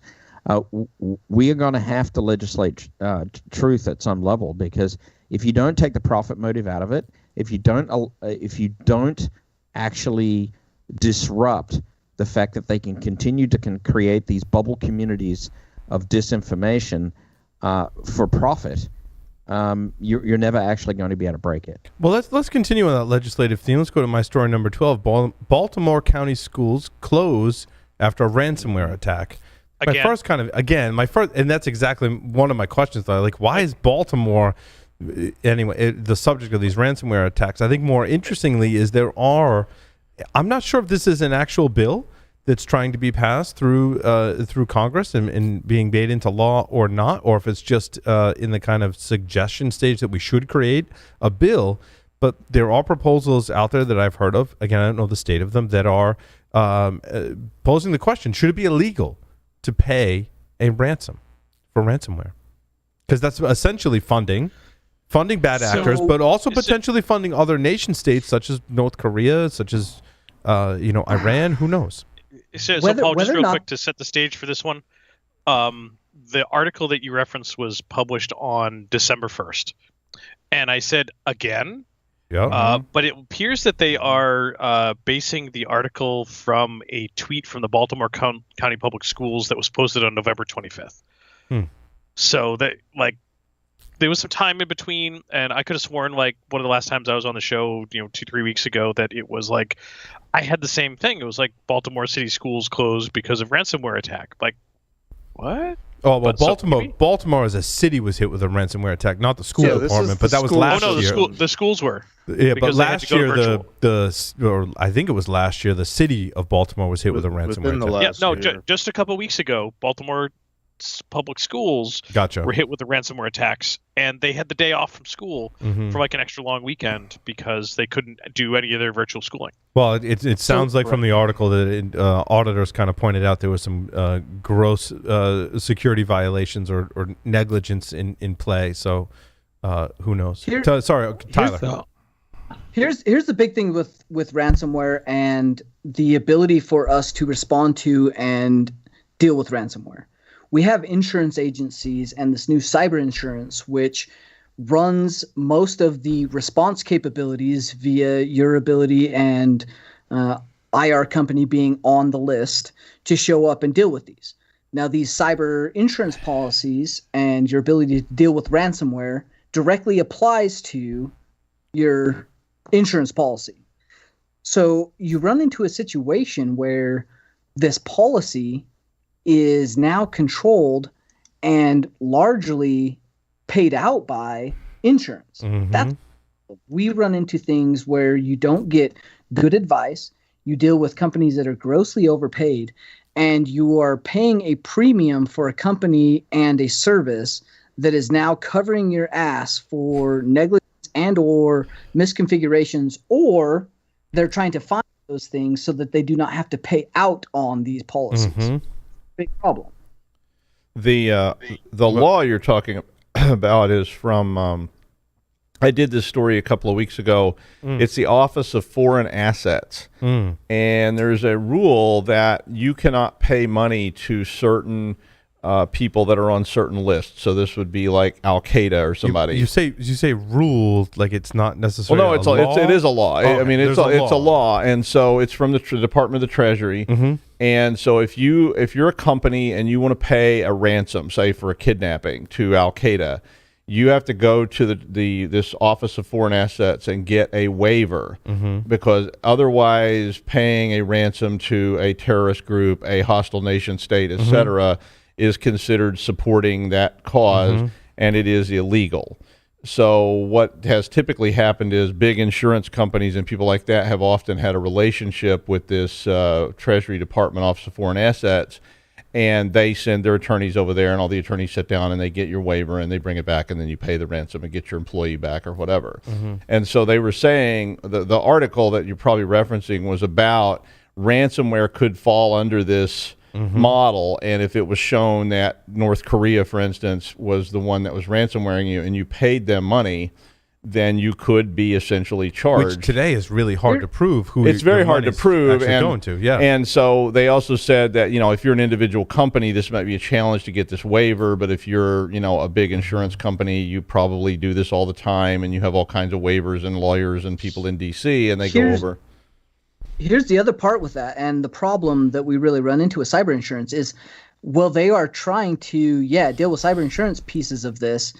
The many incidents I've dealt with where there is ransom being held, the cyber insurance companies find a way around to skirt the law and or whatever is being disseminated to the public, and they will have a broker handle the agreement and or Bitcoin acquisition in order to pay the ransom for particular data that is not the entity paying the data. So they're no longer paying, the terrorists, or they're not contributing or negotiating with terrorists. But the cyber insurance is negotiating with terrorists and buying the Bitcoin at a premium, obviously, and getting the data back and buying that out. So that becomes, again, another conflict of interest and a way in which these companies are really trying to deal with this, because they want their customer happy, for one. B, they want to look like the hero.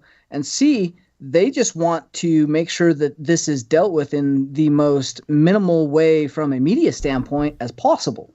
So they have no general interest in making sure that this is done right or not negotiating with terrorists or organizations. They pay the ransom. Don't get me wrong. All these places that they get their data back magically, or they have someone negotiate or deal with this, it's not some magic. It is usually them paying through a brokerage, which is another fund that they own or a company they own, and they negotiate and buy this Bitcoin and negotiate and pay the ransom. So, all of this is just smoke and mirrors from a cyber insurance standpoint. Well, I think the other term for that is money laundering, but I mean, exactly. Did we mention that it was a couple months ago the FBI changed their guidance to say there are some cases where you should pay the ransom? Yeah. Well, there are not all black and white. Like, we've ran into cases where you're dealing with, say, something like a prosecuting attorney's office or a county or state local government, where we have cases that literally will be thrown out of court because the data is tainted or not attainable, right? We're talking about people that are child molesters or have ongoing cases that are going to get dismissed because there's no data there. Yeah, that makes a whole lot of sense to pay a small amount of fee in order to continue the operation of justice and the judicial system. So we have to pay that. So you can't draw this black and white line, but you also have to make sure that you're doing that above board and not trying to smoke and mirror this through a cyber insurance or slush fund that is therefore funded and or sold at a premium to customers that is the taxpayer at the end of the day. Well, no, that's what makes it hard. That's why it's not black and white. It's because there's opportunity for abuse. It can't just be a snap decision. There's got to be a lot of forethought put into this. And but no one's do putting need forethought the into for that the because good. there's not advisory councils, right? There's no one doing the smart analysis. We don't have the cyber professionals. They're advising these cyber companies. They're coming in and saying, you have to use our people because we're the cyber company, we're the cyber insurance. Here's the people that are smart. They're really not, and they really don't know what they're doing. They're covering up half of this, and they're not even doing their job. And you have these companies that are really good at what they do not being utilized because they're not on some list by a cyber insurance company because they cost too much. So we really do have a problem in this industry to try and get these people on board, get some education done, and make sure this is done right. Because, again, this is going to continue to happen and may continue to happen because the ransomware is going to be infiltrated and it's not going to be dealt with properly because there's no IR happening in a proper manner. Mm-hmm. Sorry, that was quite the rant. Could we preserve hacker rights if someone were to ransomware data in the Van Buren versus the United States case? And Jeff, I know you covered this on your show in at least one, maybe more than one episode.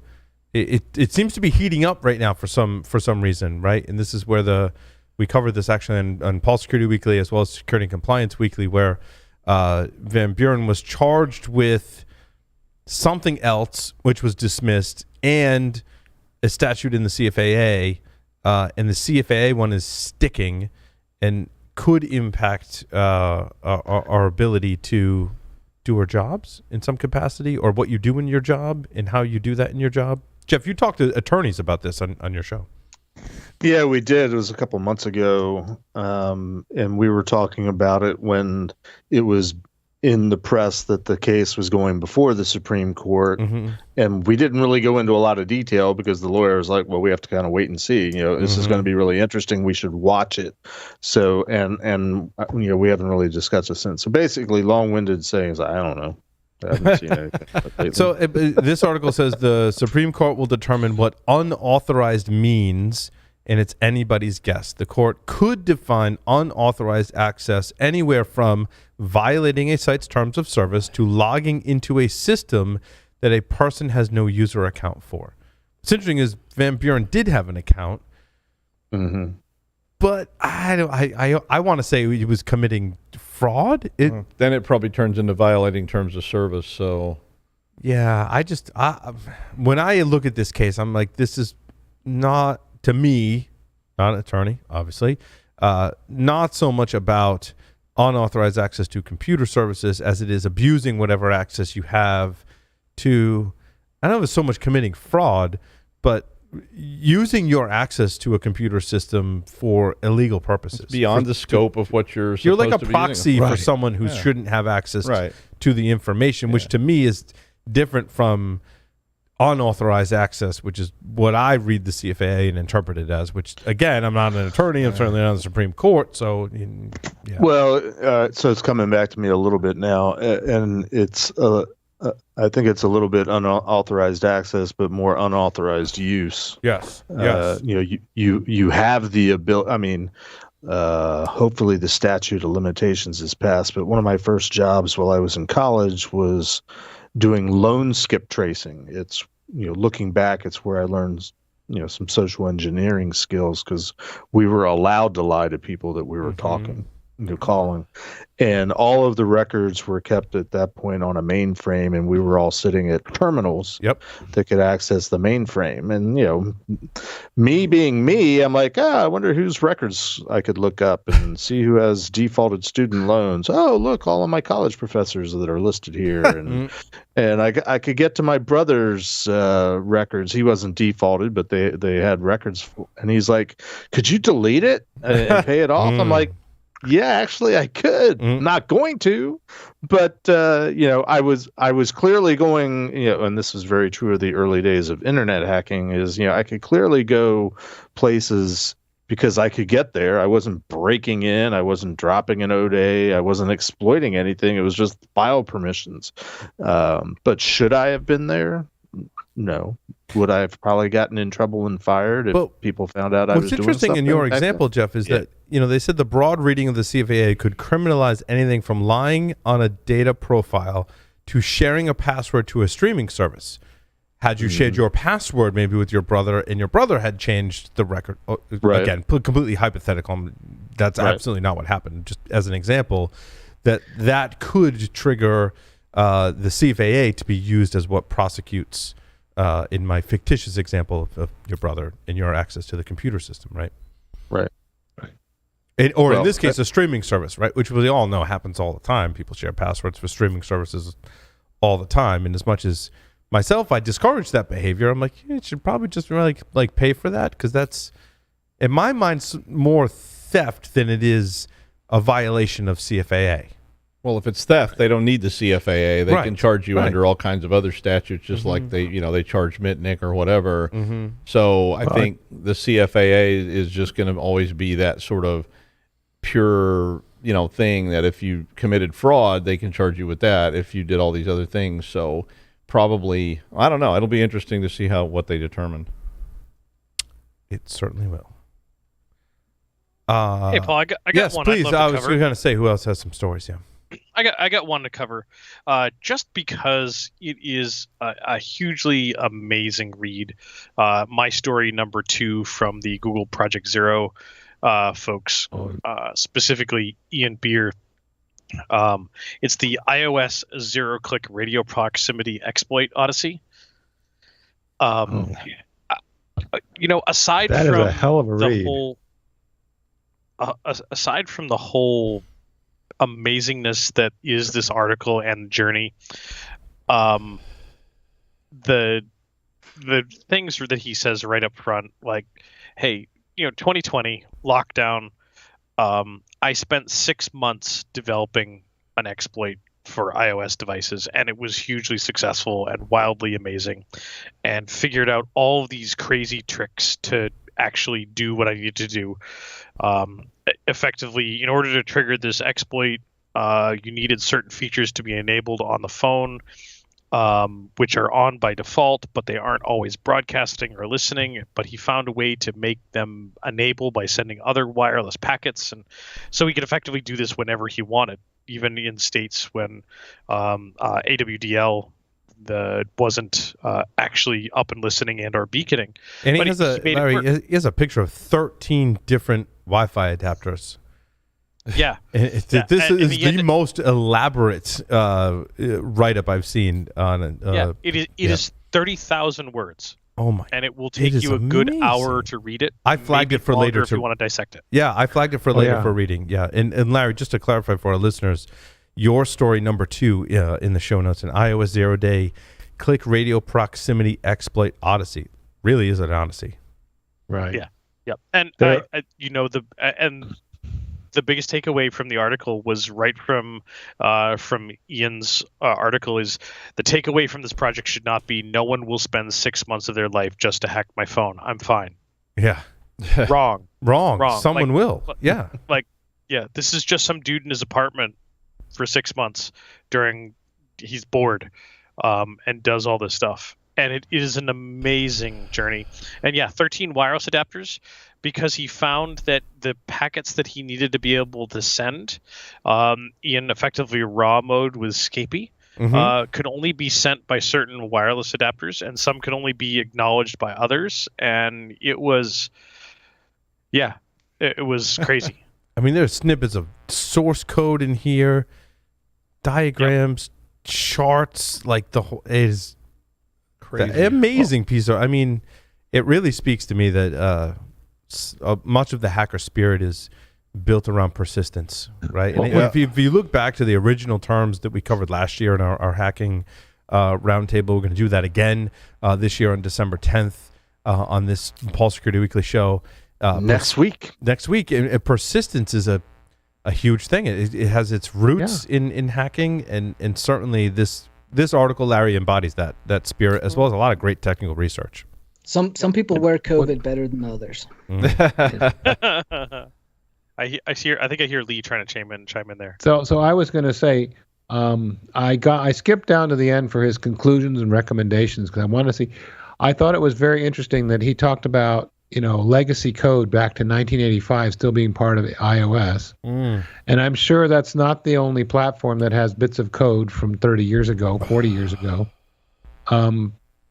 And it's and code strategy was also, he talks about, pretty much need a strategy to make sure you haven't got vulnerable stuff underneath the layers of stuff you built recently. Also moving beyond fuzzing to find vulnerabilities. He's very thoughtful on this. I mean, and what he's talking about, I think, is not specific to iOS. I think he's identifying the issues with iOS, but take any platform where there's a drive to market, which we've talked about before, that market drive will trump security, and you could make these same observations. It's actually a really thoughtful article, and I want to take time to digest the whole bloody thing. Yeah. It's interesting, Larry, if you go to my story number 1, home Wi-Fi security tips, 5 things to check. And when I saw this headline, I was like, all of us can, hosts and listeners collectively can probably come up with 2, maybe 3, right? 5 might be a stretch for if you really want to protect your home Wi-Fi network. I think you're going to enable some type of encryption, not WEP, but some kind of more modern encryption than WEP on your Wi-Fi network. You're going to choose I put air quotes good password. Those are probably the 2 steps that protect you from most of the attacks. It's interesting, this week and in so many segments in the past month or 2, we've talked about vulnerability management and prioritization. And I think it comes down to focusing on the things that wipe out the majority of attack vectors. And when I think of that for your home Wi-Fi network, as we do in every article that we cover, COVID-19, everyone's working from home. Everyone's going to continue working from home from now to the end of time, which I think is largely a fallacy. Awesome. I think a lot of us will, and a lot of us are going to go back to the office at some point. But you think of those couple things. It's enabling good. I mean, if you're WPA, Larry, I want to pose this question to you because you teach this class for SANS, and you're closer to it than probably most of us today. Enabling some type of encryption, as long as it's not web, probably a good step. If you're going to recommend to your home network, right? As long as it's not web, like you're probably good in choosing an encryption that is some derivative of WPA, right? Different levels, of course. Yep. So if you are doing WPA, at this point, if you're doing WPA, it should be WPA2. Yep. WPA2 was ratified in 2004. It's 16 years old. Yep. If your router does not support it, just like this article says, you need to go out and spend $30. and go get a new Wi-Fi router that's WPA2. I agree. Yeah. Yeah. WPA2 with AES CCMP. Right. And a good password is, look, 20 characters or more. But that's hard because so many security is hard. But so many IoT devices, Jeff, right, require that you enter this password. And so that's what, like, my air quotes good. I would love to have a 20-character completely random string as my password for all of my devices. At 20 characters, it doesn't need to be random. Yeah, sure. No, it doesn't. So a 20-character password, however, one of my devices may not support a 20-character password. Hopefully they do. All right, let's say they do. They all support a 20-character password.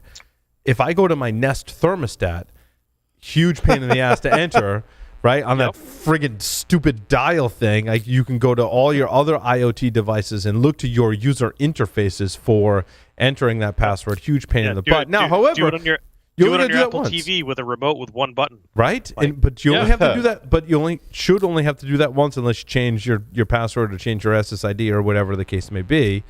So, like, make your decision wisely and have to do that once. I think that's why people do choose shorter passwords as they add new IoT devices. They don't want to use the dial or the one, Larry, to your point, that one button on your stupid Apple TV or whatever device you have to enter that 20-character password. But if you do that, you've got a 20-character password, you've got WPA2. Wi-Fi security, I think we've come a long way since I remember, Larry, and you and I going early days in ShmooCon, seeing the pictures recently, right? It was a different scenario 15 or so years ago than we have today. And the sad part is there's so many of those things that still work. Yeah. And in many of the cases, and it's been really interesting teaching the and being the author of the SANS Wireless class now, and in over this year, is that so many of these attacks were like, oh, well, we need to start, really considering what it means to crack WPA2 pre-shared key, because, so many of the enterprises have actually started listening to the advice of 16, 20 character passwords. And now we all started working from home using our home Wi-Fi with our enterprise devices on systems that are using 8-character passwords. Like, it's all back to hacking Wi-Fi like 2004 all over again. Yep. So now the other advice is to keep your Wi-Fi device up to date with firmware. My kind of thing is, like, no one's going to do that. Like, we may do that. Like, no one else is going to do that. Maybe not. I really think that firmware should just be updated automatically for these commodity Wi-Fi devices. No? Some of them have that capability. They do. Ring has that capability. Ring's pushed out security fixes. But that's not your access point. Your access point is the one that takes everything down. Yep. Jeff? And Jeff had a comment. Well, I wanted to push back a little bit, Larry, on what you said about at 20 characters, it doesn't matter about randomness. My pushback to that is when you start talking 20 characters, you're more likely going to get a passphrase. And I've had discussions with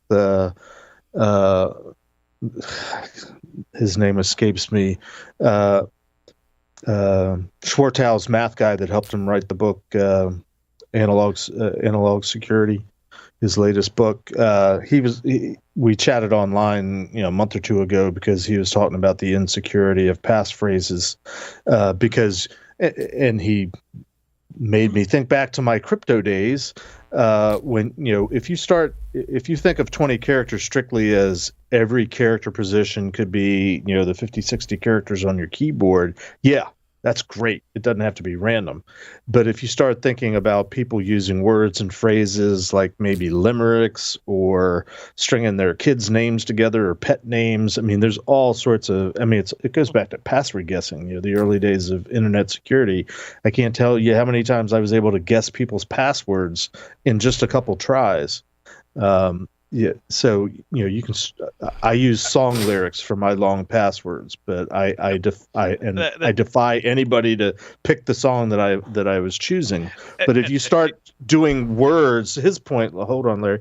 His point was like there's only something like 50,000 commonly used words in the English language. Whatever the number was, and you can get a certain amount of success rates. It's going back to the early days of password cracking. All the sets of users. Go ahead, Larry.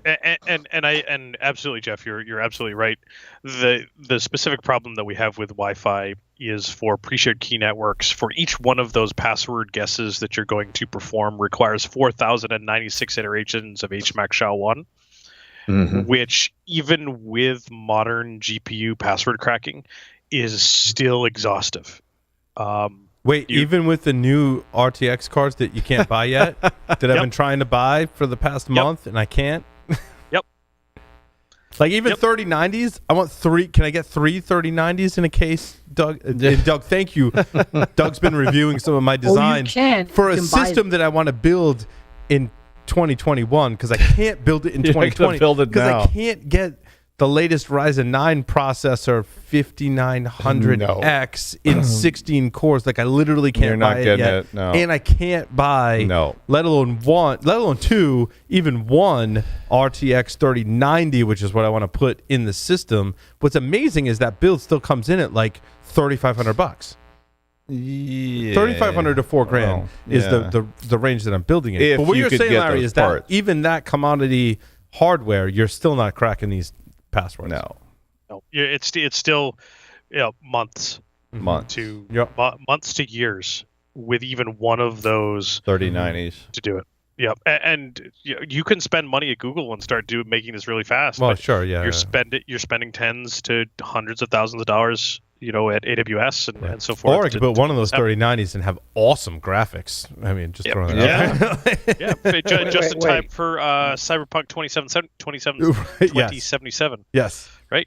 Did I hear Paul offer to use a GPU for graphics? Right. What the hell, dude? I want my display to look awesome and then play games, which largely I don't really play games. He's going to run Ubuntu server on it. I know that. He's going to do what I do. Right. They look awesome. One of my students was like almost crying because I have like two 980s, which are old, but I mean, they're like these monster video cards. And he was like, what are you running on that? I was like, oh, it's Ubuntu server. Yeah, right. Anyway, it is almost 10 o'clock though. We digress. It is almost 10 o'clock. Was there any other stories we wanted to cover? We did have one last. If I had to pick one last story, it would be TrickBot. Yeah, running UEFI attacks. Our friends over at Eclipsium, in collaboration with Advanced Intelligence, ADV Intel, collaborated to really coin the term trick boot, which essentially, what I kind of gleaned from the story, and I apologize to Eclipsium, who's a sponsor on the show, and also just like really good people and good friends. Like I love the team at Eclipsium so much, and they've done great work. In this, I really think they likely work together to reverse engineer TrickBot to uncover this functionality where TrickBot is looking at the exploit paths to getting into UEFI. Yep. TrickBot being the Swiss Army knife, really, of attackers to get onto these systems. And it literally doesn't surprise me that they would go to this attack vector. Like, oh, I've got a great... And TrickBot's one of the also really resilient botnets out there that Microsoft can work with Department of Justice and in Homeland Defense and go, we want to take this down. And they're like, yeah, go for it. Take it down. And as soon as they take it down, it comes back. And it's like, wow, that's really amazing what they've done with TrickBot. Yep. The zombie network.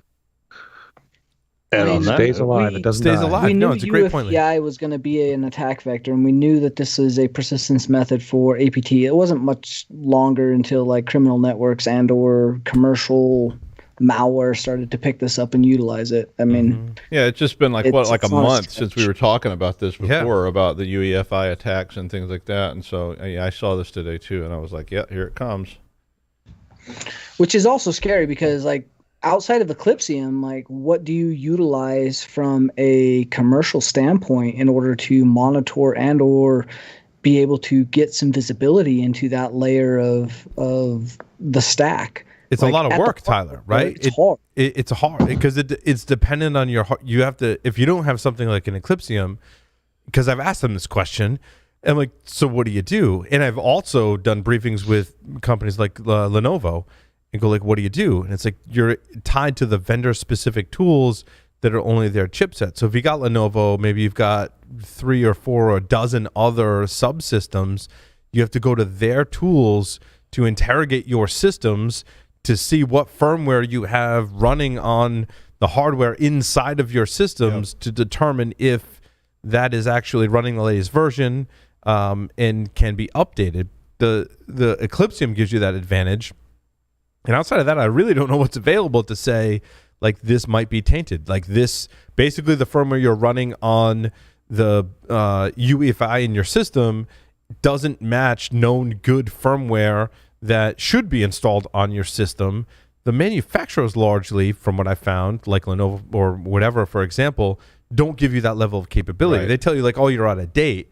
But they don't tell you, like, hey, you're up to date, like, you're all good, except you might have a backdoor built into that firmware inside of your system. It could be TrickBot that has tainted the firmware inside of your EFI. That's where the Intel processor really shines, and that's where we start to talk about that ARM-based or AMD-based advantage between consumer grade and that server level, like, hey, we need to know this hardware is good. When we start to look at the OS interacting with the hardware level and providing security stack analysis with inside of memory and protections at that level, then yeah, that's where you get and pay for the differentiation that Intel is providing at that very bare bones assembly level hardware stack that is going to become more and more integrated. You know, we were talking about this earlier. But Jeff was talking about that during the break, Jeff. Like, when you're relying on the microcode and the integrity of the microcode, like how many? It's like a almost chicken and egg or race condition problem. Like, who's going to get there first to validate it versus an attacker that can get there first before the validation, right? When it's all in the microcode,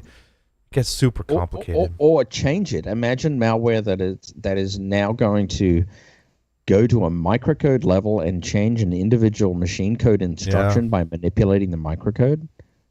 I mean, but that's where it's all. I mean, you can rig the whole thing. But and you look at Apple's M1 chip, I'm continually impressed with what they've built. Again, I still stand by my statements that it's going to be a rocky road, right, to get there for compatibility issues, but when you look at the performance of that chip, because everything's built on that chip, right? Including the security measures that are built on that one chip. And I also think it's encouraging that Linux does support SOCs and ARM-based SOCs. And I think we could have commodity-based SOCs. But then what does that mean for security? Again, Jeff, back to your point, when attackers can manipulate the microcode on that SOC that is now, you're not talking about different subsystems now. We've lost that kind of ubiquitous nature of these systems that are inside of our systems, and we've all on one chip. That's your CPU, that's your GPU, that's your security, the hardware validation, that's your bus for your USB or Lightning or whatever Apple wants to call it. It's all on one chip. If an attacker can get inside of that chip, yeah, sure, great performance for us as users because it's all on one chip and we're sharing a single bus. We're not worrying about different buses and caches. It's all on one chip. But if I can manipulate that and get below that level, that's dangerous. Yeah, so it's going to take surgical manipulation, though, because I liken it a lot to, and it is very much analogous to hacking the BGP protocol across the internet. If you break BGP, you break the internet, and it is suboptimal to your actual goals. So there's going to have to be very, very surgical work, and it's very similar for BIOS hacking, right? BIOS hacking, same thing. And once that becomes read-write memory, then it is subject to compromise, but you have to be very careful about how you compromise it.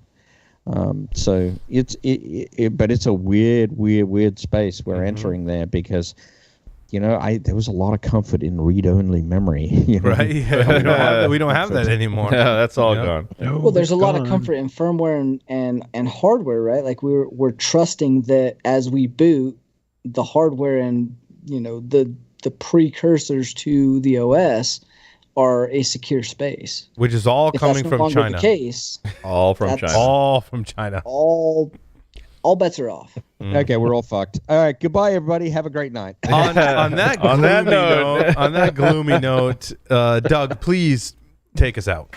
Well, you just can't win here at Security Weekly, and sometimes the computer just freaks out.